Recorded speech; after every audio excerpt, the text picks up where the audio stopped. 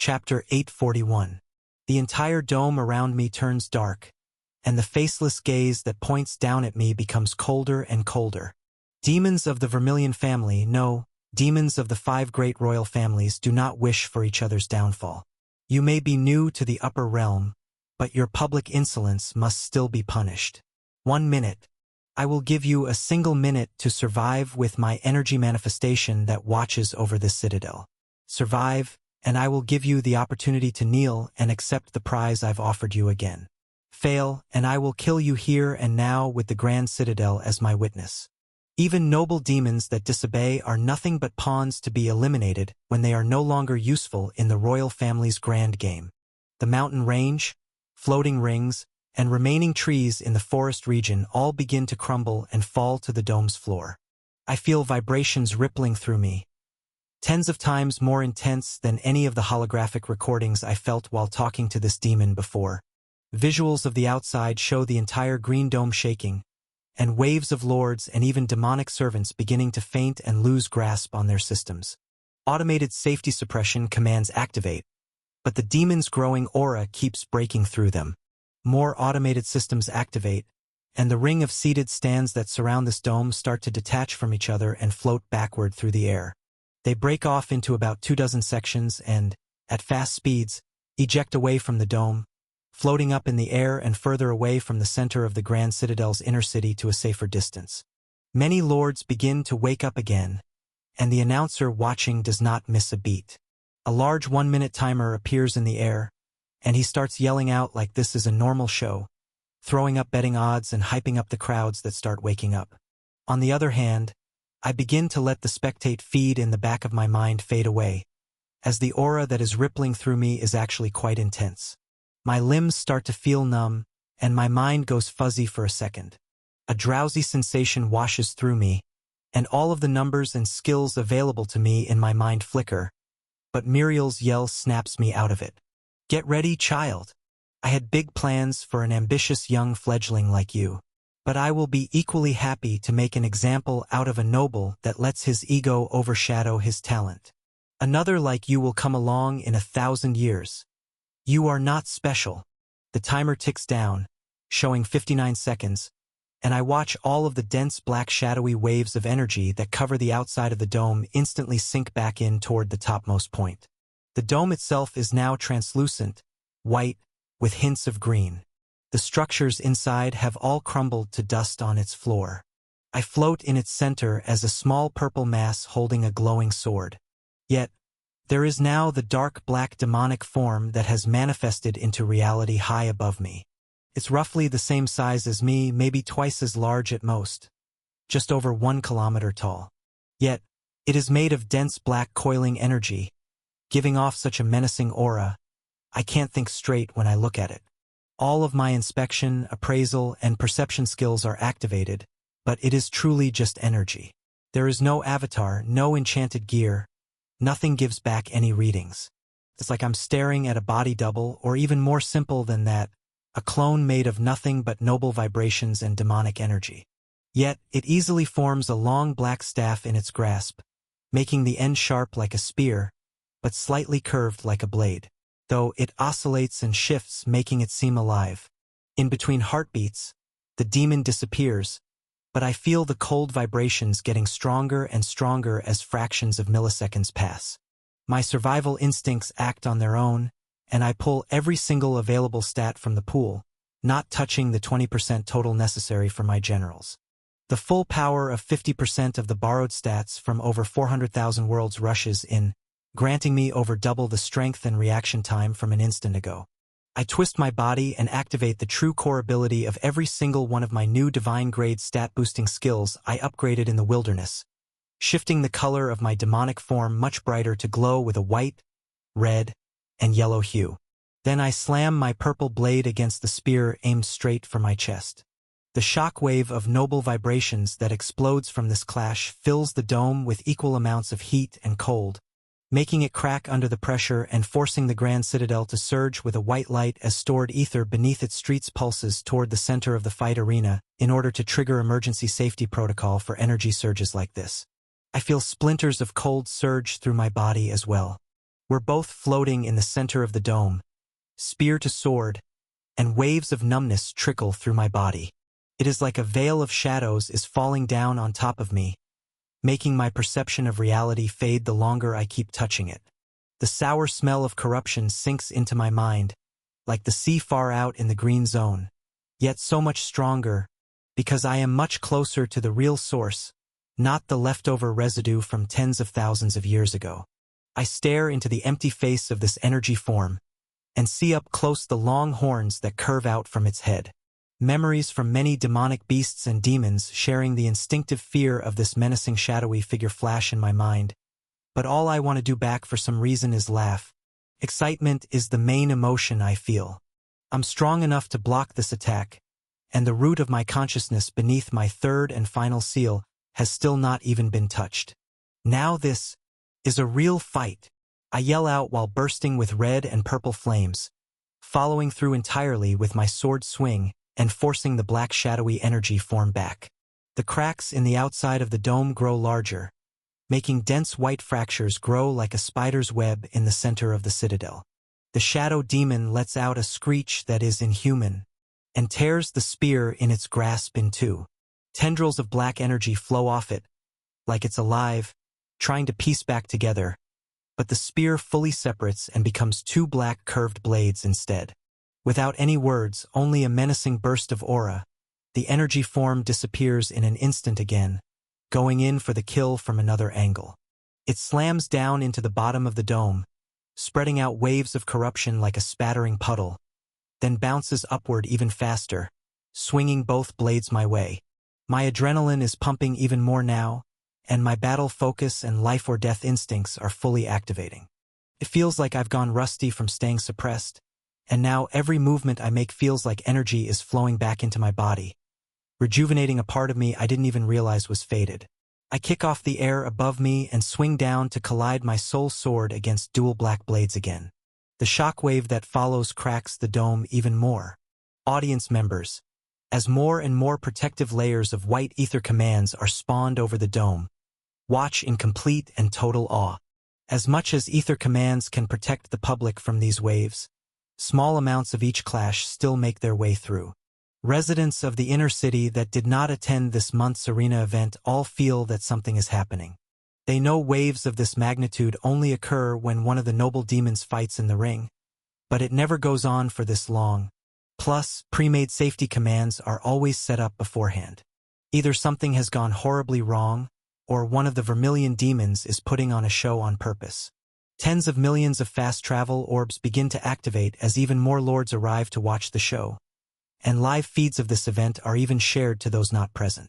The admins make the event blare out on every public channel, so that anyone in the green zone of the upper realm can view it.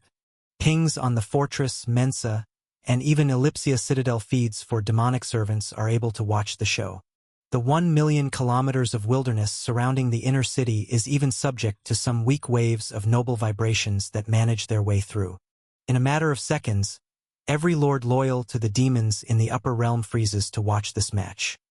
Dozens of massive explosions and shockwaves fill the screens and the dome. Only 10 seconds need to pass, and the whole translucent fighting arena, dome and floor, is so filled with cracks it's unbelievable that it's still held together. The compressed layers of ether commands on the outside are what hold it from shattering and bursting outward entirely. The shadowy demonic figure's weapon in hand shifts to an axe, a hammer, a curved dagger set, a ball on a chain, and many more unrecognizable weapons every time we clash. Depending on the range and angle, it switches up and attacks me right where I'm the weakest or least expected. Every hit, portions of my body go numb, and I feel like I'm about to pass out, but I dig deeper and swing back, narrowly surviving every single exchange, grinning wider, and sinking deeper into a flow state of battle that I haven't felt in far too long. A few 100,000 kilometers below the Grand Citadel's surface, a true royal demon sits on a black throne, staring into the darkness of his protective tower. Tendrils of corruption flow off of him in every direction, making the black walls quiver. Yet, he only moves a single finger, waving it back and forth, watching his energy manifestation fight in the arena above. While infuriating that a noble demon with not even 1 month of life in the green zone dares to call him out so publicly, it is also quite amusing. No one ever talks back to him other than the family heads from higher zones. He has already decided to take this noble demon in to train for a few decades, at least once the show is done here. As it does not matter if he rebels or not, he won't have a mind of his own once the corruption flows through him. The family head is merely toying with its prey before the inevitable kill. The green zone will forget about this incident in a few hundred years anyway. This is what he believes. Everything playing out before him is entirely in his control. That is at least until 2 notifications directly from Ellipsia ring in his mind. They are the kill confirmations that will ripple through every zone of the upper realm. This is the direct result of the orders Maria followed through with, killing 2 first-class Vermilion demons to officially declare war. Chapter 842. The small black room at the central point of the underside of the Grand Citadel shakes, and tendrils of corruption pulse outward to fill the room. High above, in the arena where his small energy manifestation battles, the entire mood of the fight shifts. Too far. Andras was an exception. I allowed his death because he was disgracing the dignity of nobles. Yet you dare to kill 2 more family members. What delusional plans do you believe will come true? You know nothing of the royals that rule the upper realm. Waves of dark energy begin streaming into the dome, from cracks in the arena floor, making the intensity of the noble vibrations in the air rise with every passing millisecond. The next collision I have with the energy form pushes me backward, instead of being evenly matched. The next is even stronger, forcing me to spin away and retreat rather than countering to attack back. I feel Ava pull the full 4% of stats I've left available to her far below me, as wherever the waves of dark energy are coming from, she's decided it's necessary to act now. Maria followed through with my wishes, and now Muriel Vermilion truly wants me dead. This is no longer a game. I concentrate on my 3rd and final seal, waiting patiently as the attacks from that energy form get stronger and stronger, allowing all of my allies in the green zone of the upper realm to perfectly fall into position before I go all out. At the same time, in the cyan zone of the upper realm, Lucian Morvale receives this notification of 2 demons loyal to the 5 great families dying. So the time has come. Whoever you are, Scarlet Clan, Fallen One, or any enemy of the 5 great families, you've chosen a public attack. Very well. You shall meet your end all the same, just like the many who have tried before. The demon activates an emergency ether command, similar to his loyal subordinates in the lower realm, and wakes up a squad of demons that surround the Grand Citadel, a private army left behind before he ascended, just in case war broke loose before the Vermilion family matured enough. At the same time, another private message is sent down to the Green Zone, to an old loyal member of his army, Cisco Vermilion. Muriel has allowed the intruder too much lenience. Their allies are in Ellipsia. You may have had orders to secure it for yourselves, but to be certain, unlike the last wars leaving the warlords alive, you must kill them all. Crush that citadel down to the bottom of the upper realm, and every last living lord in it. Floating above the calm green skies, with 2 first-class demons behind him, and an army of over 10,000 demonic servants, this message blares in the white-horned demon's inner ear. You underestimate me. That was already my plan. He yells out, to no one but himself and the open air, as the Ellipsia Citadel comes into view. A shimmering blue and rainbow light reflects off the top of the central tower, and below it, an army forms of a similar size to the one approaching. 2 familiar faces that were reported dead a month ago show up in this demon's vision as clear as day. Torvak and Asik, the warlords that have protected the Ellipsia Citadel for tens of thousands of years. Behind them, over 8,000 monsters in illegal avatars line up, ready for war against the demons that captured and enslaved them in bodies that were not even theirs. Cisco Vermilion rises high in the air above his army, and reaches into a dark purple rift in front of him, pulling out a dense white soul weapon. It matches his horns in color, and the long staff he grips is over 20 meters long, just like his unaltered flesh. The top of the weapon has 2 massive blades, curved like a double-sided axe, but rounded to create a unique weapon unlike any other. The demon's bright white eyes pulse with purple light, and a ripple of purple surges through the axe in his grasp and his 4 curved horns as well. This shockwave collides with the ether defense orb that surrounds all of Ellipsia from the outside, over 500,000 kilometers away from the city. In a single pulse of purple light, a massive hole shatters in this thin, translucent ether orb, and the army continues floating forward and through. A bright blue sparkling stream of light bursts forward through the sky, as borrowed stats increase the mana control aura of the blue-eyed, blonde-haired human that has locked their icy gaze on the threat she must handle. The warlords take out their glowing white axe and club soul weapons, and auras of dark maroon surround the dark, huge high orc, while electricity begins to spark around the blue ogre.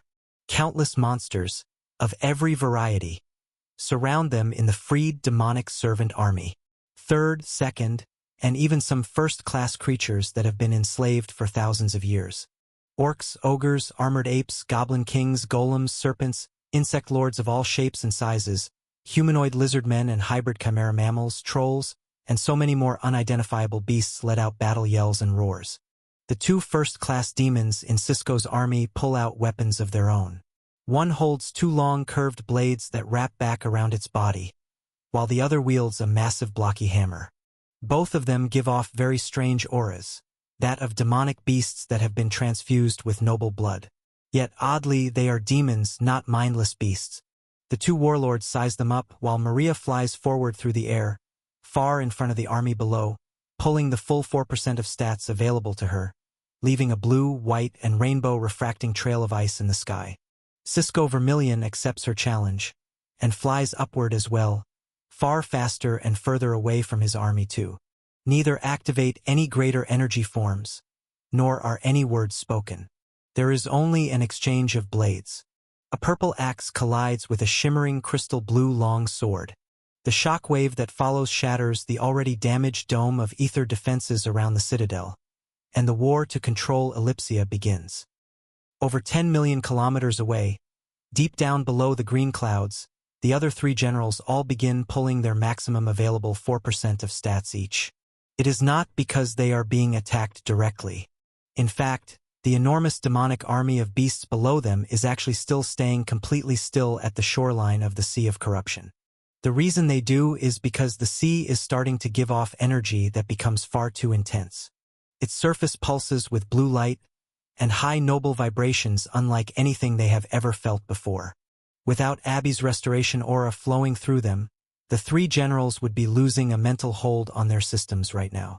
This is the climax, the most intense point of Seraphel's unsealing process. He has been in a constant state of suppression for over 12,000 years. The pressure and inability to release his true form was held back, and locked deep inside his soul for so long, that even under the pressure of the Sea of Corruption for many days already, it feels as though every fiber of his body, mind, and soul is being torn to shreds and expanding outward. It is not that he cannot break through, it's that he knows if he does too quickly, without being in a completely controlled state, he'll kill himself and most likely a large portion of the green zone of the upper realm. Abby's staff begins to pulse in the same exact rhythm and frequency as the blue sea.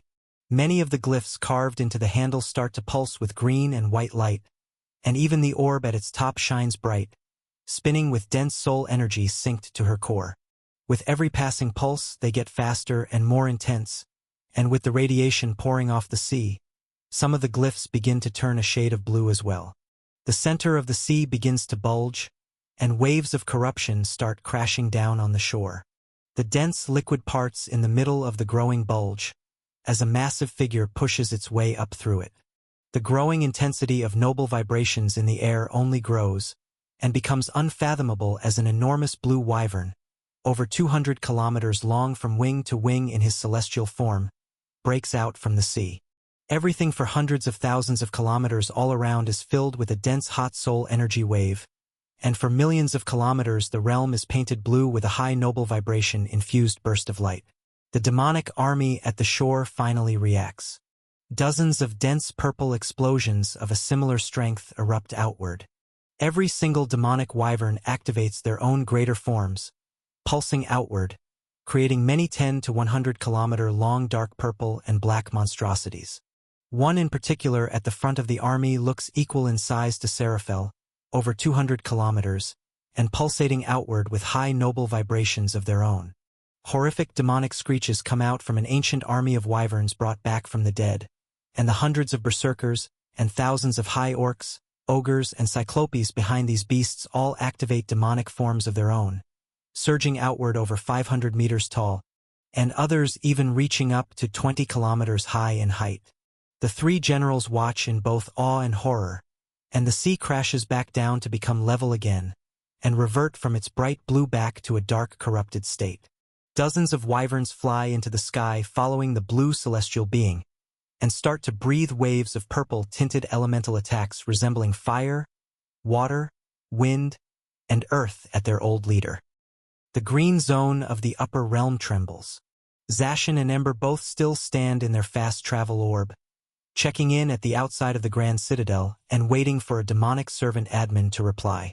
It is still absorbed in the 1-minute-long arena match that has only been live for 15 seconds. Yet, it looks like it has only just begun. The whole dome grows darker and darker as Muriel's black corruption seeps out from the floor of the dome, showing that this noble demon Draco Vermilion is far stronger than expected. Yet, the red-haired dragon that waits outside feels a disturbance in the realm, not only inside the citadel but from far behind him as well. Ember wastes no time, nor does he try to hide the silver glint in his eyes as he releases a wave of perception, spanning further than any of his previous waves. In an instant, he sees to every corner of the green zone of the upper realm.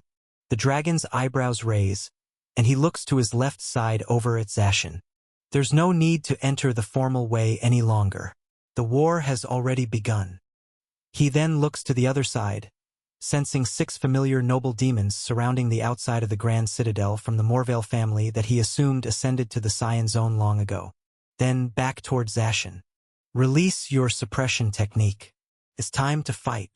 Chapter 843. The floor of the arena keeps cracking, letting more and more oozing black corruption seep up and out from below it. The coiling tendrils of energy that look like living oil all connect to the demonic energy manifestation's feet, making it grow larger and making the dome colder and colder as its aura grows in strength. The cracks that push outward on the top of the dome multiply to the point where it just appears to be crushed white ether glass. There are hundreds of millions of fractures, creating interlocking spiderwebs that stack until the barriers turn to dust. The only thing holding the dome together are the stacked layers of ether commands that are continuously activating and pressing down on us. Above this dome, the seatings where over 250 million lords now watch continue to fly upward and outward, far away from the dome, and even further over the large skyscrapers and towers of the inner city. They are headed toward the outer walls of this Grand Citadel's inner city, where the edge of the wilderness lies. At the same time, I feel large amounts of seemingly random shifting ether commands below and above us shifting and activating too. All of the holding cells and pathways below the citadel begin shifting, moving further away from the arena, the dome below us, and away from the center of the inner city entirely. It is exactly where I feel Ava's geotracker moving as well. Her spectate feed is live in the back of my mind. I see a green blur of her crushing the restraints on hers and Ren's wrists, and many of the other tournament fighters as well. The sharp eyes of the griffin I fought in the final round of the fight lurk in the back of the room, watching Ava work with the white-haired elf to plan an escape. The words of the demon this griffin lost to echo in his mind, wondering if these were the friends Draco was talking about. Even more strange, the griffin cannot wrap his head around why the demon saved him from himself, instead of letting him self-destruct. With the powerful release of vibrations being shown here now, clearly, his attack would not have killed him. I feel the full 20% of stats, 4% from all 5 generals being pulled, and even see blurred spectate feeds of all their current actions scattered across the green zone in the back of my mind. Yet, I do not focus on that. I trust they are strong enough to follow out what needs to be done. They trust me to do what I must too, so I begin activating my divine foresight and divine swordsmanship skills and true core abilities. The black demonic form I'm fighting gets larger, faster, and stronger with every passing millisecond. It gets to the point where I have no time or excess energy available to even think about making counterattacks. I have to dodge, block, and retreat only. In fact, I can't get any proper scans on this energy manifestation. It's not like there is a core or weak point I can attack. It is all made of a formless black liquid. If I were to attack it, no damage would be done in the first place. I endure, watching the 1-minute timer tick down above me. I keep half my mind completely focused on zipping around the dome in flashes of white, red, and purple light, while the other half gets ready to release my third seal. At this rate, I'm going to need all my power before the timer runs out. Outside the enormous Grand Citadel's outer walls, that usually appear to be a jet-black dome, waves of white light pulse through it. So many ether commands are activating at its core at once that spare resources are being siphoned out from the wilderness. 6 large pulses of teleportation magic around the dome dissipate after their recent activation as well, as a private force of Morvale family noble demons begin activating personal large-scale ether scans to understand what exactly is going on. They have been asleep for over 18,000 years, and now have been woken up with a single order: to kill all that oppose the demons. Largest threats take priority. In the same instance, Zacian does as Ember says and releases the suppression technique that has been keeping his mind and body stable since their training ended. His eyes start to glow hotter and hotter red, and it floods outward to soak through his entire avatar and bursts in a pulse of red vibrations that instantly shatters a massive 500-kilometer-wide hole in the side of the Citadel entry point. The first-class admin that was greeting them does not even sense it. He just instantly passes out and is caught up in the blast. A gaping, cracked hole in the side of the black dome reveals billions of ether commands all strung together. Behind it, the hundreds of thousands of biomes of wilderness can be seen as well, but instantly, the thick wall starts activating self-healing commands and mending the gaping hole. The cracks seal and the hole starts to shrink. Seeing this, Ember calmly nods and looks to his right and left side again, sensing the noble demons all around the dome instantly take note of this blast and come rocketing this way with streaks of white and purple light behind them. Well, you wanted to fight a noble demon, right? Here comes 6. And they're from the last era too. I take it you can hold them off while I finish my job. Zacian's body is growing, and he reaches into his ether storage to pull out 2 shimmering white relic-class soul weapons while activating his greater form. All that comes back is a ravenous, hungry, and excited roar. I'll take that as a yes. Have fun. Make the Scarlet Clan proud. This is what you were born to do, after all. Ember remarks, smirking, and kicking off the air to move forward in a burst of white light. He blasts off forward into the Grand Citadel, flying over the endless wilderness filled with biomes and hundreds of millions of captive lower-class lords. The black dome fully heals behind him, and his gaze stays sharp, glowing silver. Though, for some reason, it is not pointed straight forward where the pulses of ether white commands burst from, that start to make the entire wilderness heat up a few degrees every second that passes. Instead, his attention looks straight down, deep below the wilderness and inner city of the Grand Citadel. It even looks down further than the upside-down, blacked-out city where Muriel stays.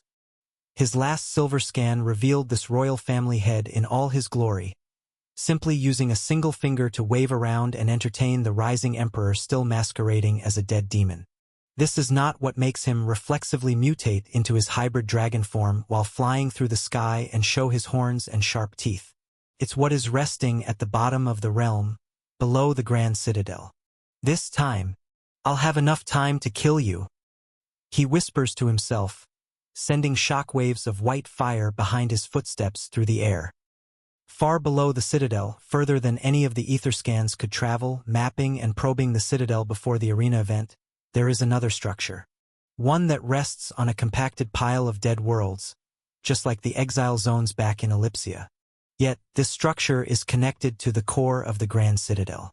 In fact, at its core, it is a key that holds this citadel centered in the green zone of the upper realm. It shimmers with silver and white light on its surface, a combination of dense ether and energy from the Overseer that created it millions of years ago. It resembles the reactor at the core of Ellipsia, as it can be used to process old worlds and drain their ether and resources in the same way. Though this reactor is special, as it links the 5 great families together through the zones, and uses a large amount of the farmed ether to allow them to communicate and share resources.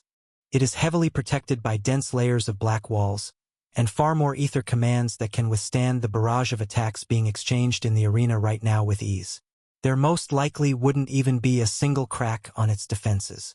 Yet, that is still not the reason it has been so safely secured ever since the Wyverns lost this zone of the upper realm. The enormous demonic dragon that is soul-bonded to a royal demon sleeps peacefully, with its entire enormous body curled up and around the reactor. It too smells of soul corruption, and all of its deep purple scales ripple with oily black energy, making the air around this beast cold like death itself. The creature's eyes slowly open, as it senses strong, noble vibrations that it does not recognize rippling through the realm. It slowly lifts its head, activating ether commands with a simple thought to open up the ceiling of its chamber, to see for itself what is disturbing its peaceful sleep. Chapter 844. The floor beneath the ring cracks and shatters so much that large amounts of the flooring break open, and even erupt upward into the air. All of the suppression commands and safety protocols inside the dome have been overridden and forcefully deactivated.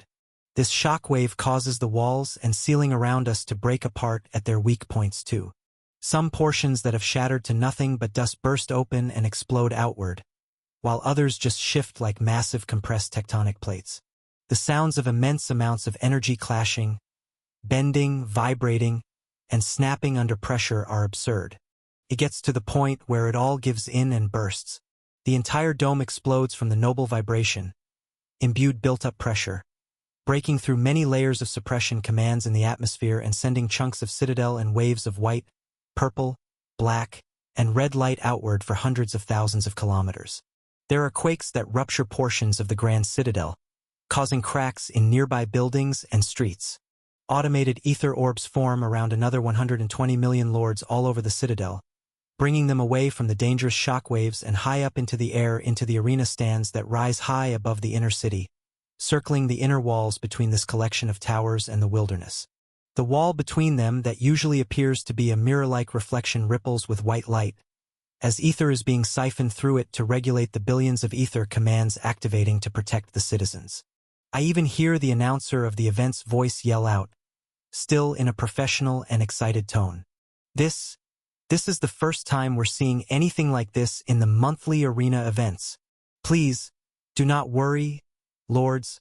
Automated safety commands are being activated in order to welcome our Lord. It appears he will not only be gracing us with his voice and likeness, but to show up in the flesh. The shattering dome opens up my senses to the citadel surrounding us, with endless green towers in all directions, spanning over 250,000 kilometers, the diameter of the inner city. However, it also breaks open the floor and allows my noble vibrations and ether senses to dig deep down into the pathways below me without having to hold back. It looks like a deep black sinkhole filled with bubbling oil is below me, 40,000 kilometers wide and hundreds of thousands deep. The most terrifying fact is not that this is its own sea of living corruption below me, bubbling and surging upward to connect with the demon's energy form. It's that I can't sense the bottom and the shape of the corruption that is flowing upward. The entire lower section of the citadel, the countless upside-down massive black towers, everything that was concealed behind dense ether commands below me. It all flows like liquid, and the demon before me grows stronger and stronger. It has hardly consolidated with 0.01% of the corruption flowing through the bottom of the citadel, and the loud laugh it lets out makes me realize it's certain I'm putting together all the pieces. Young fledgling, I already told you that the power of a royal family head is beyond your comprehension. Allow me to educate you properly. Echoes out while thousands of thick tendrils from the bubbling pool surge upward, half plunge into the demon's growing energy form, and the other half all surge toward me. They look like tornadoes twisting upward, and creating a black web of darkness that closes in on me from all sides. The timer that says 39 seconds remaining gets covered up by the new black dome of corruption around me. In the furthest depths of my senses, I simultaneously feel an absurd energy reading traveling upward through the middle of this sea of corruption below me. It moves faster than anything I've ever tracked or sensed before. All I feel is my danger senses all blaring simultaneously, my cells surging with cold, my system threatening to shut off, and a foul scent rush through my nose. one that can only be described as the incoming smell of instant death. I don't try to figure out what it is. I just let my third and final seal dissolve and activate my astral form. Whatever is coming my way requires everything I have. No more holding back. I call out while the waves of corruption crash down all around me. The live feed of the event only shows the outside view. Thousands of tendrils of cold dark energy overwhelm this new noble demon from above. Their lord, Muriel Vermilion, has asserted his dominance in just 20 seconds, with nothing more than an energy manifestation. This black form of a demon turns to liquid corruption too, and floats downward to combine with the oscillating orb to crush Draco Vermilion inside with even more pressure. Thousands of coiling tendrils of energy link the sea below, making the prison of corruption grow darker and stronger, trapping the noble demon inside. As a result of showing his power, the entire Grand Citadel shuddered from feeling a tiny percent of his wrath. It's really done. He lost. The human lost? It wasn't a human. It was a new arrogant noble demon. You heard them arguing, right? But I thought that was a ruse too. You heard him. False hope. Has always been part of their plan. We lost. The lower races already lost their freedom long ago. The royal family is even more powerful than I thought. Yeah, look around. Our lord didn't even have to show up like the announcer said. Just his energy form alone almost tore the citadel in two. Incredible! A wave of awe, horror, and despair ripples through the crowds of people watching. Silence fills the Grand Citadel. The glint of hope that a human was really powerful enough to fight against a demon was still flickering in the back of some lords' minds. They may be loyal to the demons, living in this false paradise under their rule, but there is no other choice. To maintain ownership of their home worlds and send resources down, these lords have always done what they must to survive. Still, even after hundreds, and some even thousands of years of silent suppression and imprisonment, a few still dream of freedom and taking down their oppressors. This is evident in the many rebellions and demonic servants that are captured publicly, revolting lords that have been turned to slaves without full control over their minds or bodies. The Griffin in the tournament is a prime example of lords still trying to fight back. But even the strongest, from the star system of elites, have nowhere near enough power to stand up against even noble demons. Now, with such a monstrous display of power, easily suppressing even a noble demon they all thought to be their savior, it seems as though hope has dwindled even more. The only sounds heard in the silence are the cracking streets and buildings as the ball of growing corruption continues siphoning more cold, oily energy from the pool below and compressing inward to destroy the enemy within. That is, until this orb of glowing darkness in the center of the citadel starts to act strangely. A thumping sound echoes through the citadel. It sounds like something is beating against the inside of the prison of corruption. Instead of shrinking and being compressed, it looks like the rhythmic thumping is pushing it outward, like whatever is inside is resisting this insane pressure and is fighting back. The silence in the crowds shifts from despair to shock and confusion. Thin cracks start to form all over the growing mass of floating corruption. Flowing out of them, a warm wave of white, sparkling high noble vibrations floods the citadel, making the cold aura of death in the air be swept away by a warm, domineering breeze. The cracks grow more and more, and the heat pulsating and thumping grows stronger and stronger. Inside, I feel my final seal dissolve, and my astral form erupt out from my body. It uses my already activated greater form and noble body as a base, erupting outward and growing multiple kilometers larger in height every millisecond that passes. At the same time, the celestial grade seal that was holding back the training I completed beneath the sea of corruption is finally released. This is the first time I'm actually getting to experience my own high noble vibrations without them being suppressed. I let out a primal yell, while ethereal white light bursts out from my chest and eyes, flooding into my sword and completely suppressing all of the weak purple demonic energy that was flowing through me before. The only aura that surges outward is pure mana-based soul energy and high noble vibrations. What moments ago was an unbreakable prison of corruption surrounding me on all sides, with no path of escape, becomes nothing but a simple, fragile net of black goo. Felt cold, poisonous, numbing to the touch. Even if I got near it, my senses would dull and my vision would blur. Now, as my yell turns to a laugh, I raise my white blade in the air and pierce through the top of this black prison. My aura surges outward in all directions and begins pulsing and cracking the ball all over. It begins to be suppressed by me instead, losing its cold and heating up from making contact with my aura, losing its solid coiling structure, and snapping and cracking in places to release the pressure.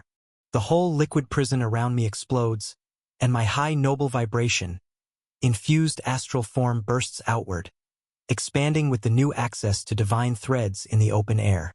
I take in a deep breath, spinning around and opening my eyes to feel everything. Literally everything. I feel as though I've become one with the entire Grand Citadel in a single heartbeat. I can feel and take control of every ether command in these thousands of buildings if I desire, even the hundreds of thousands of biomes in the wilderness, and the outer walls of this enormous floating black sphere 1,000,000 kilometers wide. The feeling of finally releasing my true full power is incredible, but also horrifying. It forces me to shift my attention downward and thrust my soul sword in that direction too. Because out from the sea of endless corruption below me, a real demon swims with unfathomable speed. The puny toy energy manifestation I was playing with seconds prior pales in comparison to the sight before my eyes. A long-horned, black-skinned, deep purple-eyed, 800-meter-tall demon in the flesh comes rocketing out from the cold black ocean below me.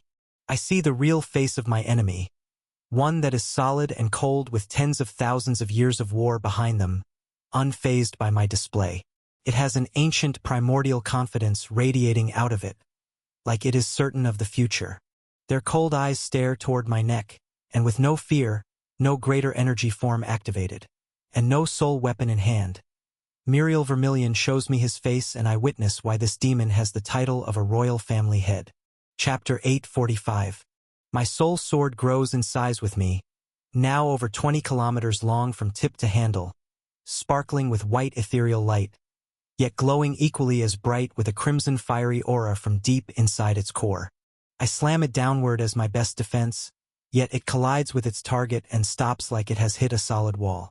The middle of my sword connects with the open palm of Muriel Vermilion, my growing astral high noble form against his raw, unaltered demonic flesh. When I stare into his eyes, they look dark and emotionless, like deep pools of cold liquid shadows. The shockwaves of pure white and red versus dark black and purple light instantaneously burst outward off this collision. All of the small cracks and fractures in the nearby streets and buildings in the Citadel are filled with the increased density of hot and cold auras flowing through the atmosphere. In an instant, the entire inner city of the Grand Citadel shatters like glass. An unfathomable number of fractures spread through every single structure, even colliding with the barrier between this inner city and the surrounding wilderness. Large cracks begin to streak upward on the pillar of ether commands that conceals the inner city in the center of the Grand Citadel. Yet, my only focus is below me, as numbers and status screens finally begin popping up in my mind. Half are faded, some are bright white or dark black, others purple and red. My inspect and appraisal skills only work for a fraction of a second, but I get all the data I need to understand what is in front of me. A bright purple LV. 159,102 burns into my mind, and 3 ranked-up buffs show up on its status below it. One is deep purple-colored, and it reads Noble Bloodline Transformation, while the buff below it is covered in purple and red energy, with question marks and strange symbols blocking me from reading what it says. The last buff below this one is also impossible to read, but it feels very strange. It's only gray, and glows with a hot white aura. This demon has only 2 items equipped on his status. One is A, Demon Lord's Core, plus 15, 9-10% all stats, and the other is named the Royal's Protector, Soulbound Demonic Energy Affinity. Then lastly, Muriel holds only one skill, and it is dark black in his status. Corruption, Celestial Grade. The moment I see these stats, something shifts in the demon's eyes. Instead of nothing but a calm, emotionless pool, rage flows out. I feel an instant switch flick on. The entire outside of his body glows deep purple, matching his eyes, and matching the coloring of the only buff I can see on his status. It even ripples through all of the corruption below him, making it pulse with a purple light, like it is all connected to him. A bright aura bursts outward, making the already enormous demon start to grow with an energy form himself. I feel the tight fingers of this monster grasping around my blade with an iron grip, and the sea of corruption below that he flew out from now surges upward to follow. It surrounds his body and grows with him. Instead of an equal strength clash like I thought we had, the demon unseals his noble bloodline transformation and matches my size in an instant, pushing out high noble vibrations of his own. We're both over 50 kilometers tall, and still growing in size. My energy still comes from the divine threads in the atmosphere to grow my astral form, and his from the seemingly endless pool of corruption below. The overwhelming heat that filled the air and pushed his cold out before gets neutralized, and a wave of cold washes back in to do the opposite and match my high noble aura's strength. My downward sword swing is countered, forcing me to be pushed upward by the demon's now glowing purple hand. I have a few options left, one being the activation of my soul sword's new ability from reaching level 3, as well as consuming that elixir Ember gave me before I left for the Grand Citadel.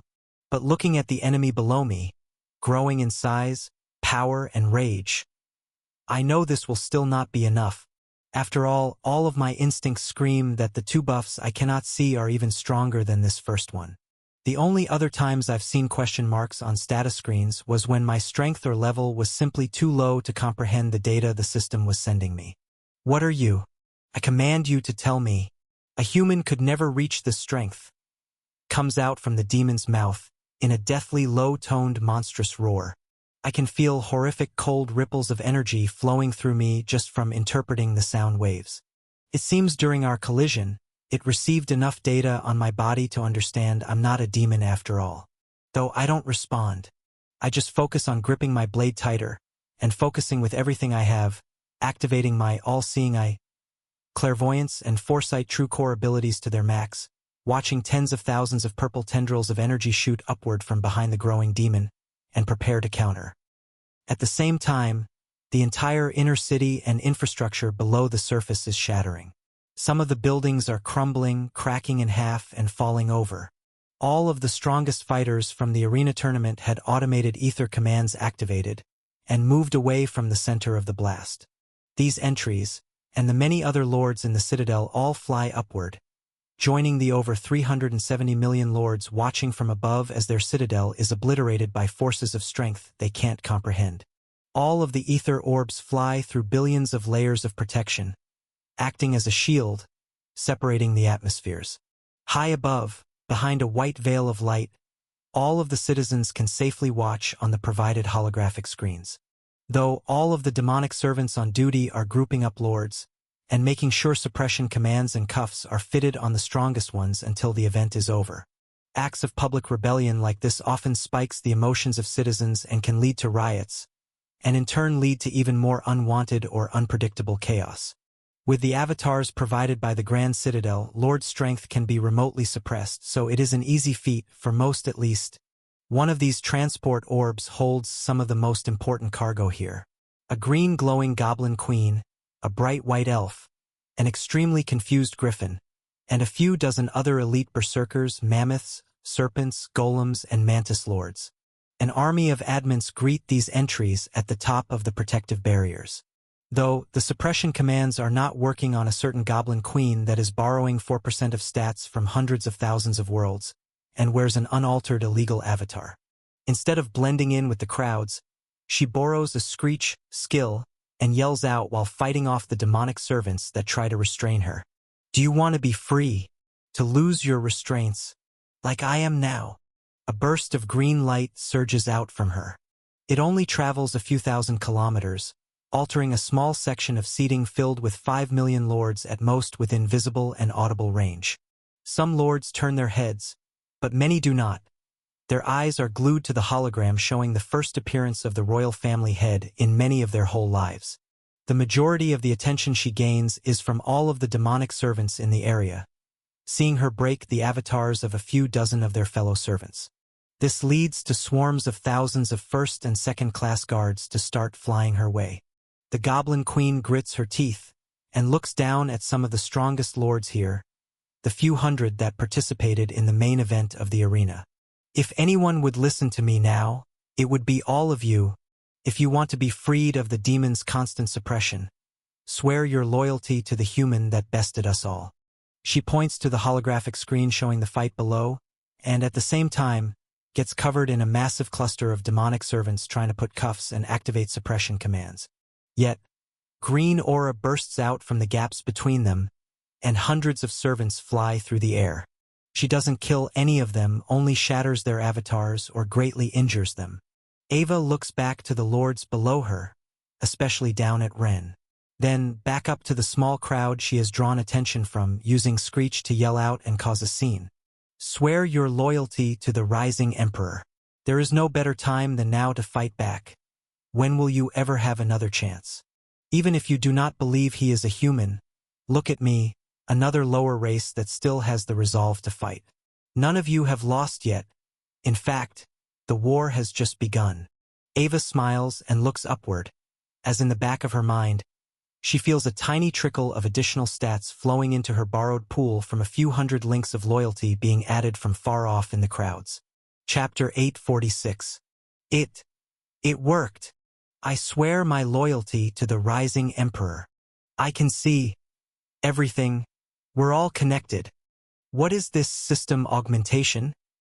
Whispers and even some yells start to appear in the crowds below the white and green glowing Goblin Queen in the air. Small bursts of auras start to explode outward from the lords in the stands. They are not nearly as strong as any of the fighters in the event, as these are mostly weaker second-class lords that work and live in the Grand Citadel. But it is clear that somehow the suppression commands have been lifted on a few hundred lords. To create links, lords only need to verbally declare their loyalty. Many watching the hologram on the live feeds long enough, having a feeling the intention to follow this human lord, even create mental links without saying a word. They all instantly gain access to the worldwide connectivity system.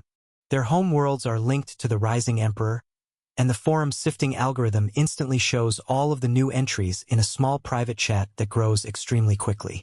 All of the lords in the Grand Citadel become interconnected, and their reactions spread like wildfire.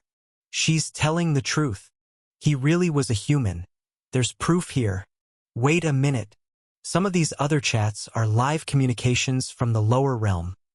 I swear my loyalty to the rising emperor. The numbers increase exponentially. Thousands, then tens of thousands. Lords start to break free of their ankle and wrist suppression bonds and fly upward, opposing the demonic servant admins. This only makes the spread of chaos move faster, as sections of lords watching further away turn their attention to the uproar.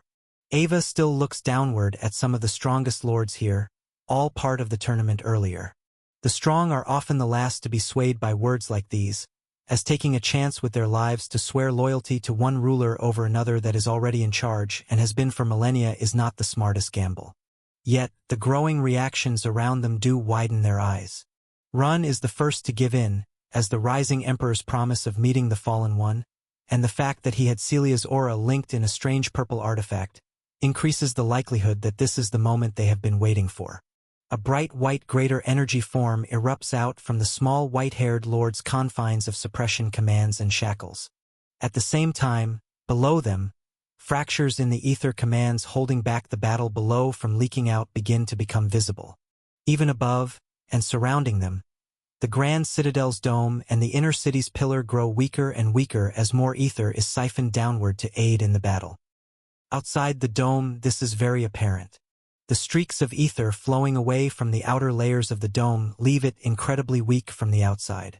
6 noble demons are flying at obscene speeds toward a single point around the outside of this wall. Some of them from the sides, while others are approaching from higher up, near the top of the dome. They are all headed toward the energy blast that triggered all of their perception arrays. It registered a mana control, ether refinement, and vibration frequency of an old clan that they believed to have been eradicated tens of thousands of years ago. Their orders from Lucian Morvale himself were to eradicate any threats to the demons, and this is a definite target. though the furthest noble demon, holding a heavy purple hammer, with 3 dense horns extruding from his head, sends a notification through their communication channel. Will the 5 of you be enough to neutralize the threat? I sense another threat near the top of the citadel. It smells like elf. Permission granted. 5 will be plenty. A deep tone replies back, from the demon closest to the explosion point. The Scarlet Clan's dense red aura of vibrations that fills the air reflects in this demon's 2 black horns and the massive purple longsword in his grasp. For other demons, in 2 squads of 2 coming from opposite sides of the citadel's outer layer toward the single point, report their positions as well. Each of them has 1 purple horn in the center of their foreheads, and bright matching soul weapons. They all have a small letter M engraved on one of their horns, and it glows with a faint cyan-colored light. The Berserker Giant, holding 2 massive white blades in the center of these growing red shockwaves, is releasing a burning hot pressure that grows not only his energy form, but the flesh on his body in size. The monster's bones fracture and rebuild. Its blood becomes infused with the scarlet-colored light flooding out from its chest, and its skin becomes soaked in this deep blood-red color as its muscles expand. The avatar created by the warlords adapts to these changes, letting the intent flowing out from this monster adapt the mass and ether commands tethered to his soul like real flesh. His body grows to nearly 100 meters tall, glowing red-hot. Then his wind-imbued greater energy form erupts around it. Gusts of mana and hot ether blow away the clouds for thousands of kilometers in every direction, and even crack the side of the citadel again continuously, even after itself heals. He floats upward and backward away from the wall, growing over 5 kilometers tall in a bright wind magic form. But then this too becomes flooded with hot red energy. It begins to grow too, but in his peripherals, 5 noble demons fly his way. You said it'd be 6. He mutters to himself through gritted teeth, and his deep red eyes focus in on the approaching forces, even tens of thousands of kilometers away, with crystal-clear focus. The 2 to his right hold daggers and an axe. The 2 approaching from the left hold a long spiked mace, and one wears nothing but a bright purple glowing suit of armor and a rectangular shield. They each grow in size to about 1 to 2 kilometers large, and give off the noble vibrations of a very strong noble demon, similar to Andrus Vermilion, the old lord of Ellipsia. All 4 of them erupt with purple and black light as they unseal their noble bloodlines. Yet, the Berserker's gaze only shifts to look at the black-horned demon holding a sword, coming at him from above. Well, you're worth 6 alone. I guess I'll still get more than I bargained for after all.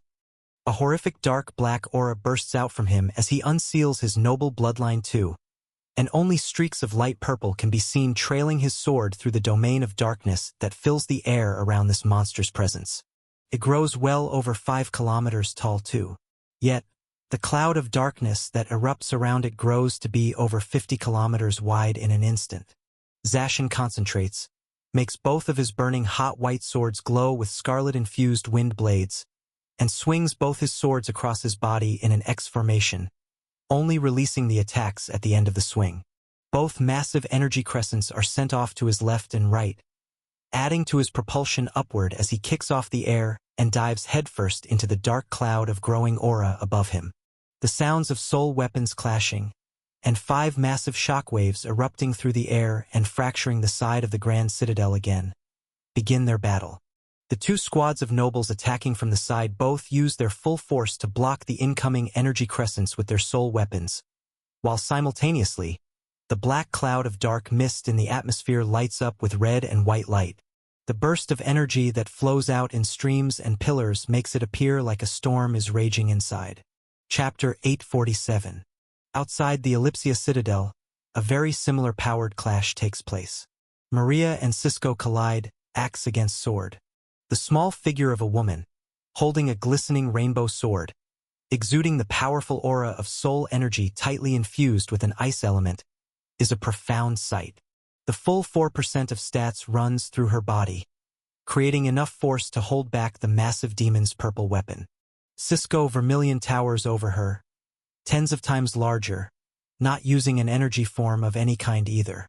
This shockwave is what shatters the remaining defenses of the Ether Dome around the Citadel, and lets the two first-class demons and army of servants all fly below them toward the approaching army of freed slaves with the two warlords at their front.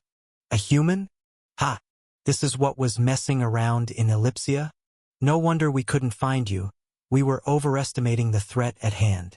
A loud laugh follows, as the demon holding its sole weapon against Maria's examines what's in front of him. And would you look at that, a destroyer-class soul weapon. I thought they were just a myth. It comments in a more controlled tone, showing off its wide smile and letting the ripples of purple light in its horns grow more intense. This builds up enough energy for the two of them to be blown backward from the clashing auras, and the demon closes his eyes during the shockwave, unsealing his noble bloodline transformation without hesitating any further. No matter your race or artifacts you bring to a fight, a lower race could never touch the likes of me, a high noble demon. I'll kill you here. Finally get rid of those pesky warlords we've been saving in order to lure that dragon out, and bring this citadel to the bottom of the realm. More laughs erupt outward as the monster's flesh grows in size, and a bright purple aura blasts outward from the monster's figure as well. Maria instantly feels a wave of suppression ripple off that beast, with a very similar feeling to the wave of blue light that came off from the Sea of Corruption hours ago. She's had a borrowed inspect and appraisal skill activated this whole time. Upon contact, the Ice Mage fully realizes the extent of the power she's facing. Down in the lower realm, it was rare to see anyone above level 1000. Even on her short stay on the Great Belt of Brimia, rarely did any lords even from second and third class worlds ever surpass level 5000. In artificially boosted labyrinths, a few monsters could reach over level 10,000, and some close to 20,000. However, those mana manifestations are nowhere near as powerful as real demons. The difference between third, second, and first-class demons on the battlefield around the throne back on the human world was very clear as well. She fought a second-class demon alongside Abby, and it was a lower level than her. Now, as numbers and stats pop up in her mind's eye, and she faces this demon alone, the weight of this battle truly sinks in. This demon is not one step above merely a first-class demon, and not only 2 steps higher, a noble demon. It is something stronger, far greater than any existence she's ever bared witness to with her own eyes. LV. 102,930 burns into her consciousness, along with 2 divine grade skills, Body Double and Shadow Step. The Demon Lord's Core, +10, 293% all stats, and Executioner's Soul Axe, soul-bonded demonic energy affinity, glow brightly in his item slots, and 3 buffs appear below it all. Noble Bloodline Transformation, Transfusion. The top 2 both glow with bright purple aura, mimicking the massive greater form that explodes out from its body. However, the final buff stays bright white, almost gray, and gives off a sharp pressure when looked at. The readings only show question marks and blurred characters in Maria's mental image. She quickly disables these perception skills and activates her 2 ranked-up energy forms as well. First, exploding outward in a royal blue aura to expand into her dark blue ice goddess form, then stacking on top of it, sprouting lighter-colored blue wings to activate her angelic form, and match the absurd rapid growth of the demon before her. 2 enormous auras of blue and purple light clash in the sky, as the 2 forces slam into each other again. Purple demonic axe against enormous source resin-imbued soul sword glowing with a light blue outer layer of ice magic. Both the demon and the angel are over 40 kilometers tall in the sky when they collide, and the shockwave makes the Ellipsia Citadel shake even hundreds of thousands of kilometers away. Many of the soldiers and demonic servants in the armies below pass out and fall from the sky from the immense aura, suppressing their grips on the system. Though the freedom avatars the warlords created planned for an incident like this, blocking all mental attacks that aren't targeted to be reflected away using the full guard technique. Many of the falling lords glow with bright white lights and regain consciousness before it is too late. This augmentation cost millions of low-quality ether, but was necessary. It won't last for long, as each avatar has limited stores, but it should be enough to last the battle. Following this mighty clash in the sky, 2 first-class demons unseal their bloodlines as well, and the orc and ogre waiting for this activate their greater energy forms while flying forward at them. Bright bursts of maroon-colored earth magic, blue-colored lightning, and demonic soul energy erupt into the skies as the warlords land their first hits against their enemies, and the army of demonic servants and freed slaves from Ellipsia clash by the thousands even further beneath them. The war for Ellipsia has begun. Down at the shore of the Sea of Corruption, over 30 massive wyverns all fly in circular patterns, following their massive blue-glowing past leader upward as he fully unseals his celestial body. Many of the beams of concentrated demonic energy imbued fire, water, earth, and wind attacks streaming out from the wyverns' mouths all hit Seraphel's energy form and merely bounce off. They may be noble wyverns and even enhanced by the blood of a demon, but they are still no match for a high noble, especially in his celestial body. A trail of blue sparkling water-infused soul energy trails behind him, and the massive wyvern's deep blue eyes turn downward to face its one and only threat. A dark black wyvern that lets out a pain-filled roar and crackles with dark black and purple electricity. The static charge vibrates off its body, and high noble vibrations buzz off of it too. Mid-roar, half a dozen thick black lightning bolts surge out from the monster's wings, feet, and mouth. Seraphel finally stops his graceful, slow flap of the wings upward to cover his face and chest with a single wing while twisting downward. The heavy blasts of lightning shake the atmosphere and even make the Sea of Corruption quiver.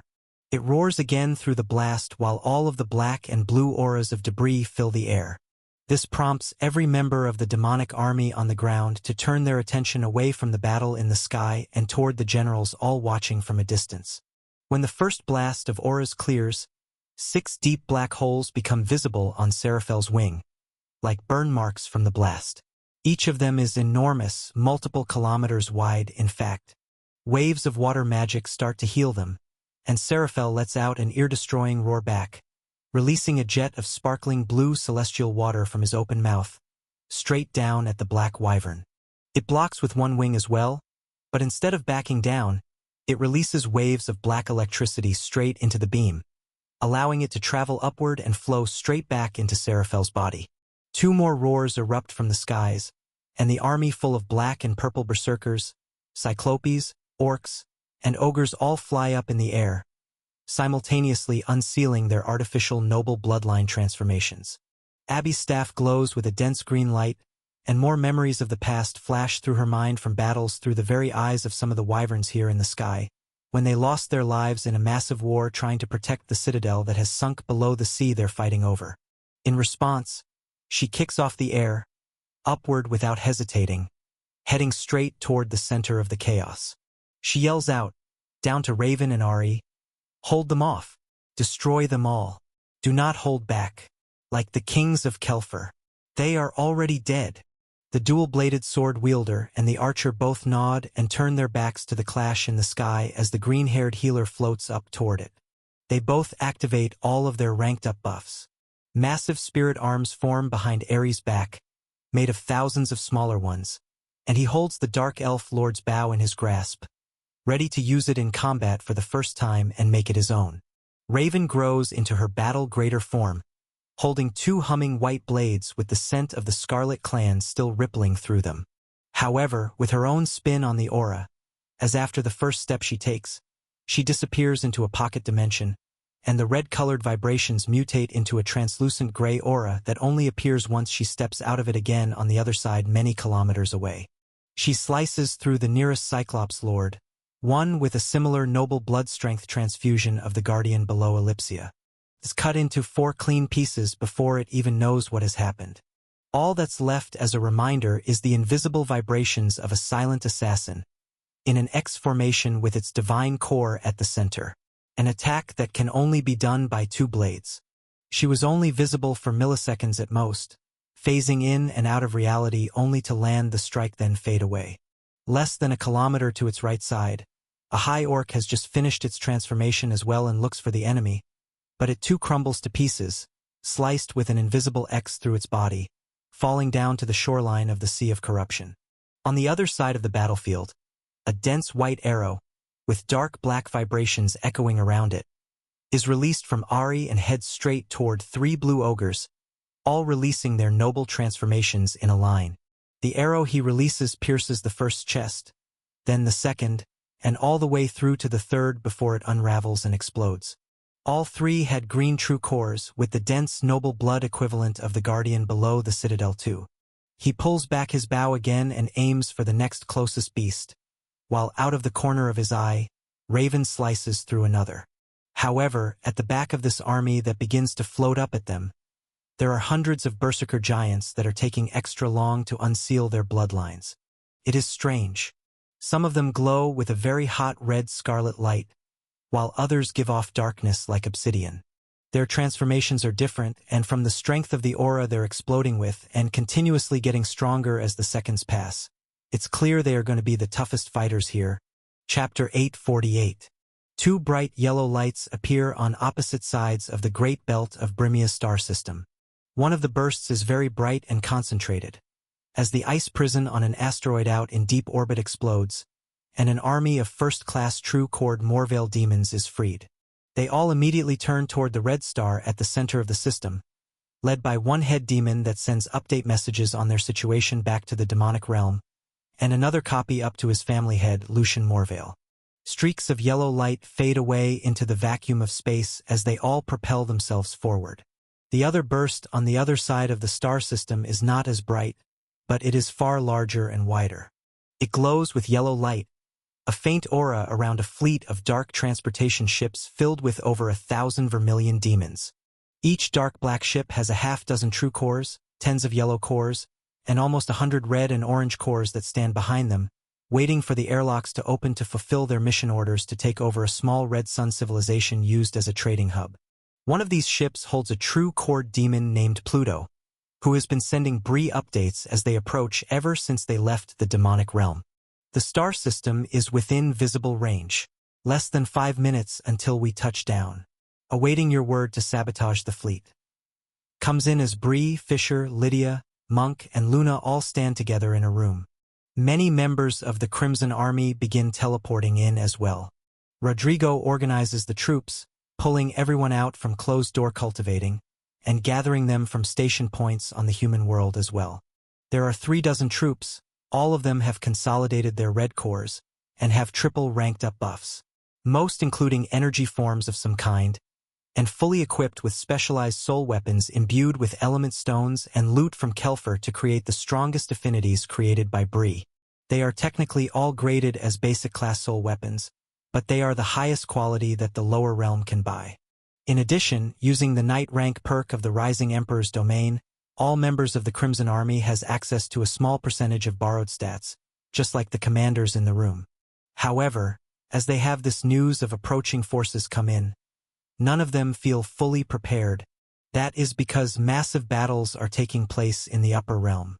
Every single borrowed stat that is necessary to face threats of this magnitude is not available to them. The Rising Emperor is using the full 50%, and the generals are using their 20%. Even now, everyone stood in this room feels drained, as 70% of their stats and mana control are being siphoned out to be used. There is not even a single true core here on the base. Fisher and Lydia are extremely close, with massive cores tens of times stronger than a normal yellow, and Bree is at a close second in strength behind them. But Bree does not even have the ability to pull stats like the others. The only true core nearby that is truly on their side is a demon that is currently coming toward them undercover with an army filled with hundreds that are even stronger than him, as most are at least third or second class demons. A small few even first. Pluto is a commoner without any bloodline to unseal.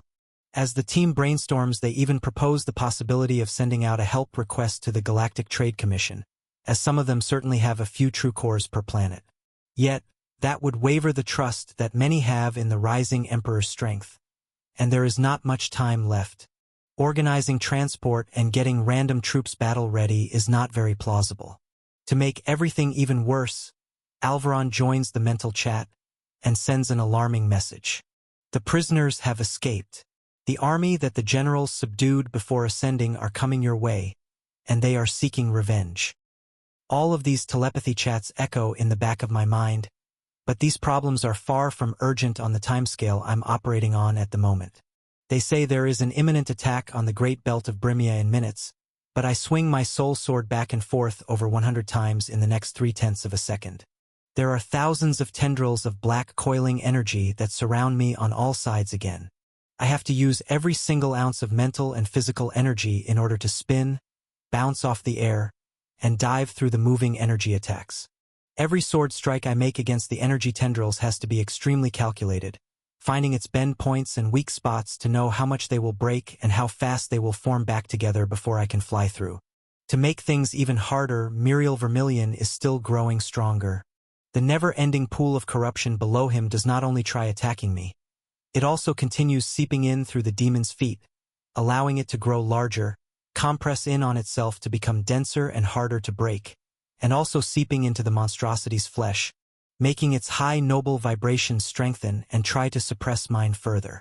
I can feel the massive pool of black buildings below the citadel shrinking, as they are all turned to liquid corruption and flow into this demon. Some of my counterattacks even slam into Muriel's open palms, and I feel shockwaves of cold darkness ripple through me, like I'm slamming a metal pole into a brick wall that won't budge. This is a freak-like existence. Something even with the entire Citadel's commands at my fingertips. I would have never imagined him to be this powerful. One thing that does make the corners of my lips curl up just slightly as I fight to dodge and counter is the fact that more stats are trickling into my Rising Emperor system. Eva pulled it off. She's slowly managing to bring new lords to my side. Though, as my astral form breaks the 80 kilometers tall mark, still growing in size, Muriel's body surpasses 100 kilometers, and the black armor of corruption that surrounds him gets thicker and denser as well.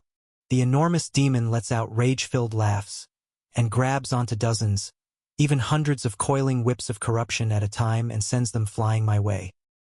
His eyes are filled with dark purple pools of shadows, and it appears as though he's entrapped in a bliss-like state as the waves of corruption flow into him. The volume of dense black liquid looks like it's getting compressed by hundreds of times, compacting and condensing inside the demon's body. Yet, even as it is distracted and experiencing an energy high, I can't find a single weak spot on his body. I'm merely a fly, zipping about, dodging massive coiling tornadoes of corruption. Thousands and thousands of close calls pass in less than 2 seconds. The entire inner city fractures and crumbles to pieces. Massive cracks in the pillar that protects this battlefield from the wilderness break open, and hundreds of thousands of biomes of lords get knocked out by the unfathomable clashing hot and cold high noble vibrations. Eventually, my astral form stops growing, at roughly 120 kilometers tall. The enormous demon before me stops expanding too, sitting at roughly 200 kilometers tall, covered in thick corruption armor head to toe, easily 10 kilometers thick, and hundreds of times more dense and potent than even the deepest depths of the sea of corruption I trained in. All of the violent and randomized attacks stop once the last of the corruption seeps into the demon before me, and he just floats in the air in silence, vibrating with a dark black and purple glow, like a black hole of shadows, with long curved horns that come off both sides of its head. In contrast, I point my blade back at it, flickering with dark red fire, yet a pristine white hot aura comes off imbued with high noble vibrations. I can feel the cold surrounding me. It is just like when I was on that video call with him a month ago. The disparity in power is still so great. It's unbelievable. Without even attacking, or having to lift a finger, the absolute power of this dark force grows before me. The fact that even now, even over the last few seconds as I believed I was fighting him off, and nearly surviving by a hair thousands of times in order to bide my time, Muriel was still playing with me. He still hasn't activated 2 of his ranked-up buffs. My vision starts to blur as the cold aura around me grows stronger and stronger. Then a calming sleepy feeling washes over me, and my grasp on my system weakens. The demon's low laugh echoes through my mind. We are royals. Not even a 1 in 100 trillion outlier like you could even fathom my existence. You thought that was the extent of my power? Ha! You are nothing. You are a lower race. That is all you will ever be. Demons are the gods of existence. We shouldn't have ever existed. But now we do. And to think it was all your race's fault in the first place. Buzzing starts to get louder in my ears, and the demon's laughs and rage-filled roars echo out as well. I see tendrils of corruption burst out from the monstrous demon before me again to go on the attack, and at the same time hear a series of system dings ringing in my inner ear. I don't have enough mental space to even check to see what they are, but it's paired with a small 5% boost in power that gives me enough energy to reach into my storage and pull out the clear bottle of elixir Ember gave me. I chug the whole thing in a single gulp deep down inside my energy form. At the same time, as the final liquid pools of corruption are pulled out from the crater in the bottom of the citadel, a perfect hole down to the bottom of the realm itself has been opened up. A white streak of light, covered in ether, commands to hide their identity flashes through one of the cracks in the wilderness, and sneaks below the battle of two titans in the sky. Ember is unaffected by the enormous release of high noble vibrations, but looks to the sky while the white and red high noble form of a human finally refines the 110 million low-quality ether sitting dormant in its pool. "Good luck. We're both going to need it," he whispers, then dives head first down into the dark crater and releases his full dragon form and activates his astral energy form right after. He plummets down toward two purple eyes looking up from the bottom, over 1,000,000 kilometers away, at a beast that is curious to know what woke it up from its slumber. Chapter 849. Congratulations! Rising Emperor's domain milestone reached. 1031092/1000000 worlds claimed. New perk unlocked. A light in the darkness. Info. The worldwide connectivity system, I-4 the Rising Emperor, has now been updated. The World Locator perk, I, is now accessible. The Rising Emperor may now borrow an additional 5% of all base stat points and mana control efficiency from all subordinates under the allegiance of the Rising Emperor. Members affected by this perk are not required to be within range of the Rising Emperor's domain. This buff stacks with the Path to Domination perk, Authority Among Worlds perk, Ruler of Worlds perk, World Collector perk, World Domination perk, Imperial Reach perk, Expansion perk, Dominance perk, Authority perk, Power Holder perk, and Ruler's Gaze perk if used simultaneously.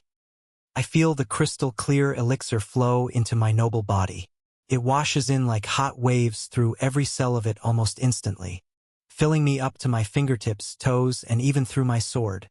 Yet, just as fast as it flows in, it then disappears from sight, seeping deep into my consciousness and warming up the low-quality ether pool powering all my movements. I take in a breath of fresh air and let out a wave of high noble vibrations strong enough to push the cold, impeding aura away from my body enough to get my grip on reality back. Below me, I sense Ember disappearing into the bottom of the citadel, and around me, I see thousands of thick, multi-kilometer-wide tendrils of corruption all coiling my way out from Muriel's body. The ether deep in my body is getting hotter and hotter, and I feel it hitting a natural limit. It feels like small portions of it are reaching a point where it can no longer be refined any further, and the pockets of this incredibly hot and smooth ether are expanding in my pools. It gives me enough mental clarity to move faster and slam my blade into about 300 incoming tendrils of black corruption in the next few milliseconds. Some break apart, but the liquid forms back together faster than I can break it. Every one coiling tendril that is broken, 10 more attack me from the opposite side. This is the end, human. In fact, this is the final straw. After your stunt today, the great families will vote to seal the upper realm even faster. You've only sped up your inevitable doom. Run all you want. Try all the tricks you have. You have lost. The tendrils of darkness get thicker, faster, and far better positioned the longer I continue waiting for my ether to fully refine. Not only has the mental clarity and speed boost kept my mind from falling to this demon suppression, but the steady rise in stats allows me to get faster and faster as well. Over 200,000 more worlds have been linked to my system since I heard the dings. Though my mind is elsewhere. The more my ether is refined, the more intense my high noble vibrations become. All of the repetitive training I did beneath the sea of corruption with Seraphel comes flowing back into my subconscious, and the final breakthrough that I achieved while breaking the seals on the Blue Wyvern's celestial body rekindles its intensity as well. My path.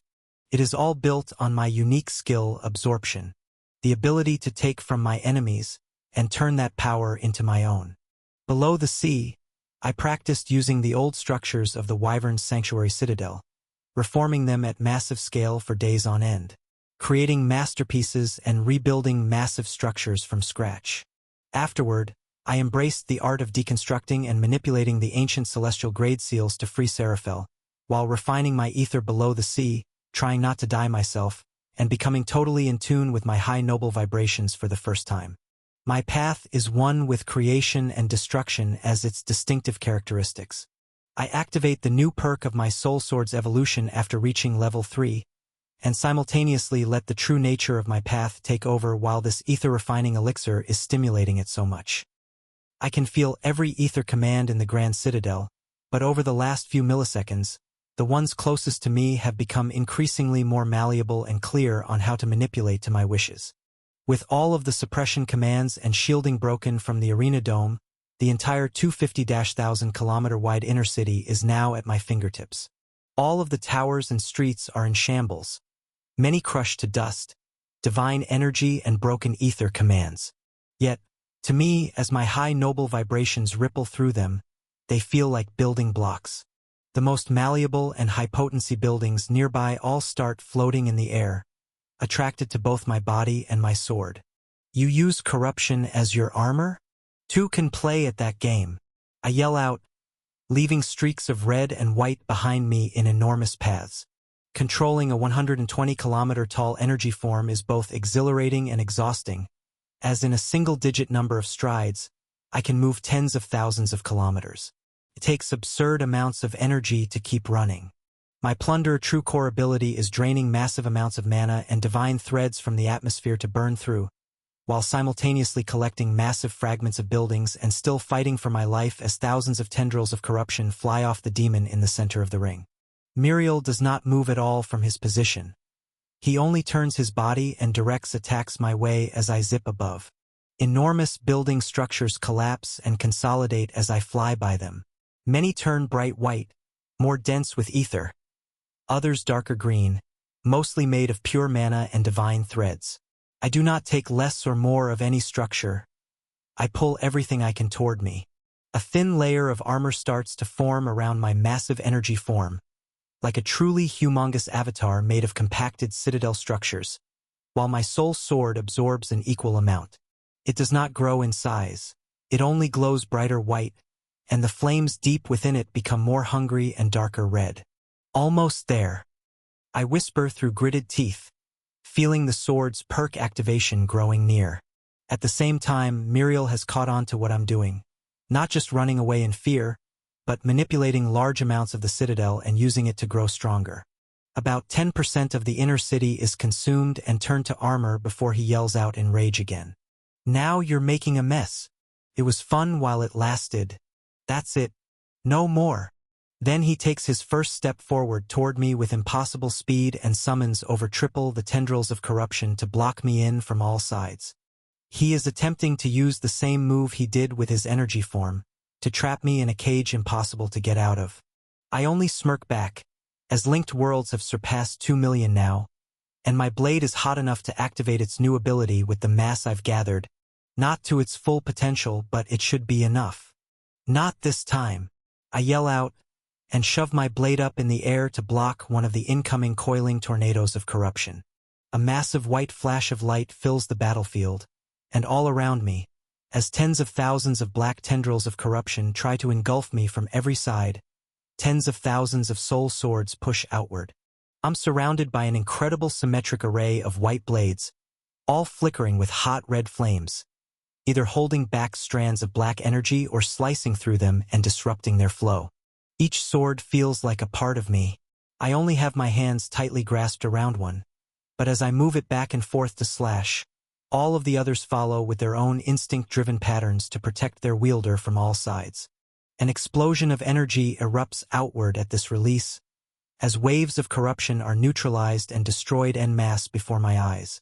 Simultaneously, many of my copied swords shatter, and some even lose their connection to me as they have to handle multiple tendrils of energy at once and lose in the end, but it seems as though it is an equal energy exchange. I really held back one of Muriel's true attacks that was meant to kill me. I let out a loud mocking laugh while bursting through waves of corruption that are being destroyed in front of me, over a fresh part of the inner city, like a massive magnet over a junkyard, pulling up enormous building fragments and pulling them into my body. More and more of the pillars separating this inner city from the wilderness shatters away from the chaos, and even the layers of shielding commands high above, where the citizens of the Grand Citadel stay, are starting to crack and deteriorate. The entire 1-million-kilometer wide structure shudders, making Ember's flight down the narrow tunnel a daunting one. The Crimson-Eyed Dragon's true body and astral form expand to massive lengths, just as the Rising Emperor's. Every single borrowed stat gained is mirrored to his true strength as well. His wings stretch out wide, and he gains more and more speed with every flap. The enormous creature grows to over 1,000 kilometers from nose to tail by the time he is halfway to his target, and his amused, constantly grinning, and playful expression has completely left his face. The only thing left in this dragon's eyes is determination and killing intent. Ember's eyes shimmer silver, and so do his front claws and teeth. Without even saying hello, a horrendous roar echoes out from far below the citadel, and a wave of translucent white flames bursts from his mouth, tethered together with silver divine shimmering light. Ember attacks with his most powerful technique, down at the still sleepy and curious purple eyes that look up at him from the deepest depths of darkness down on the bottom of the realm. Chapter 850. Upon impact, the enormous pillar of white and silver flames reaches the bottom of the realm, and a roar echoes out far enough to shake the Grand Citadel and reach the far corners of the green zone. The outline of another dragon is engulfed in the flames, making it seem as though it is entirely white and silver.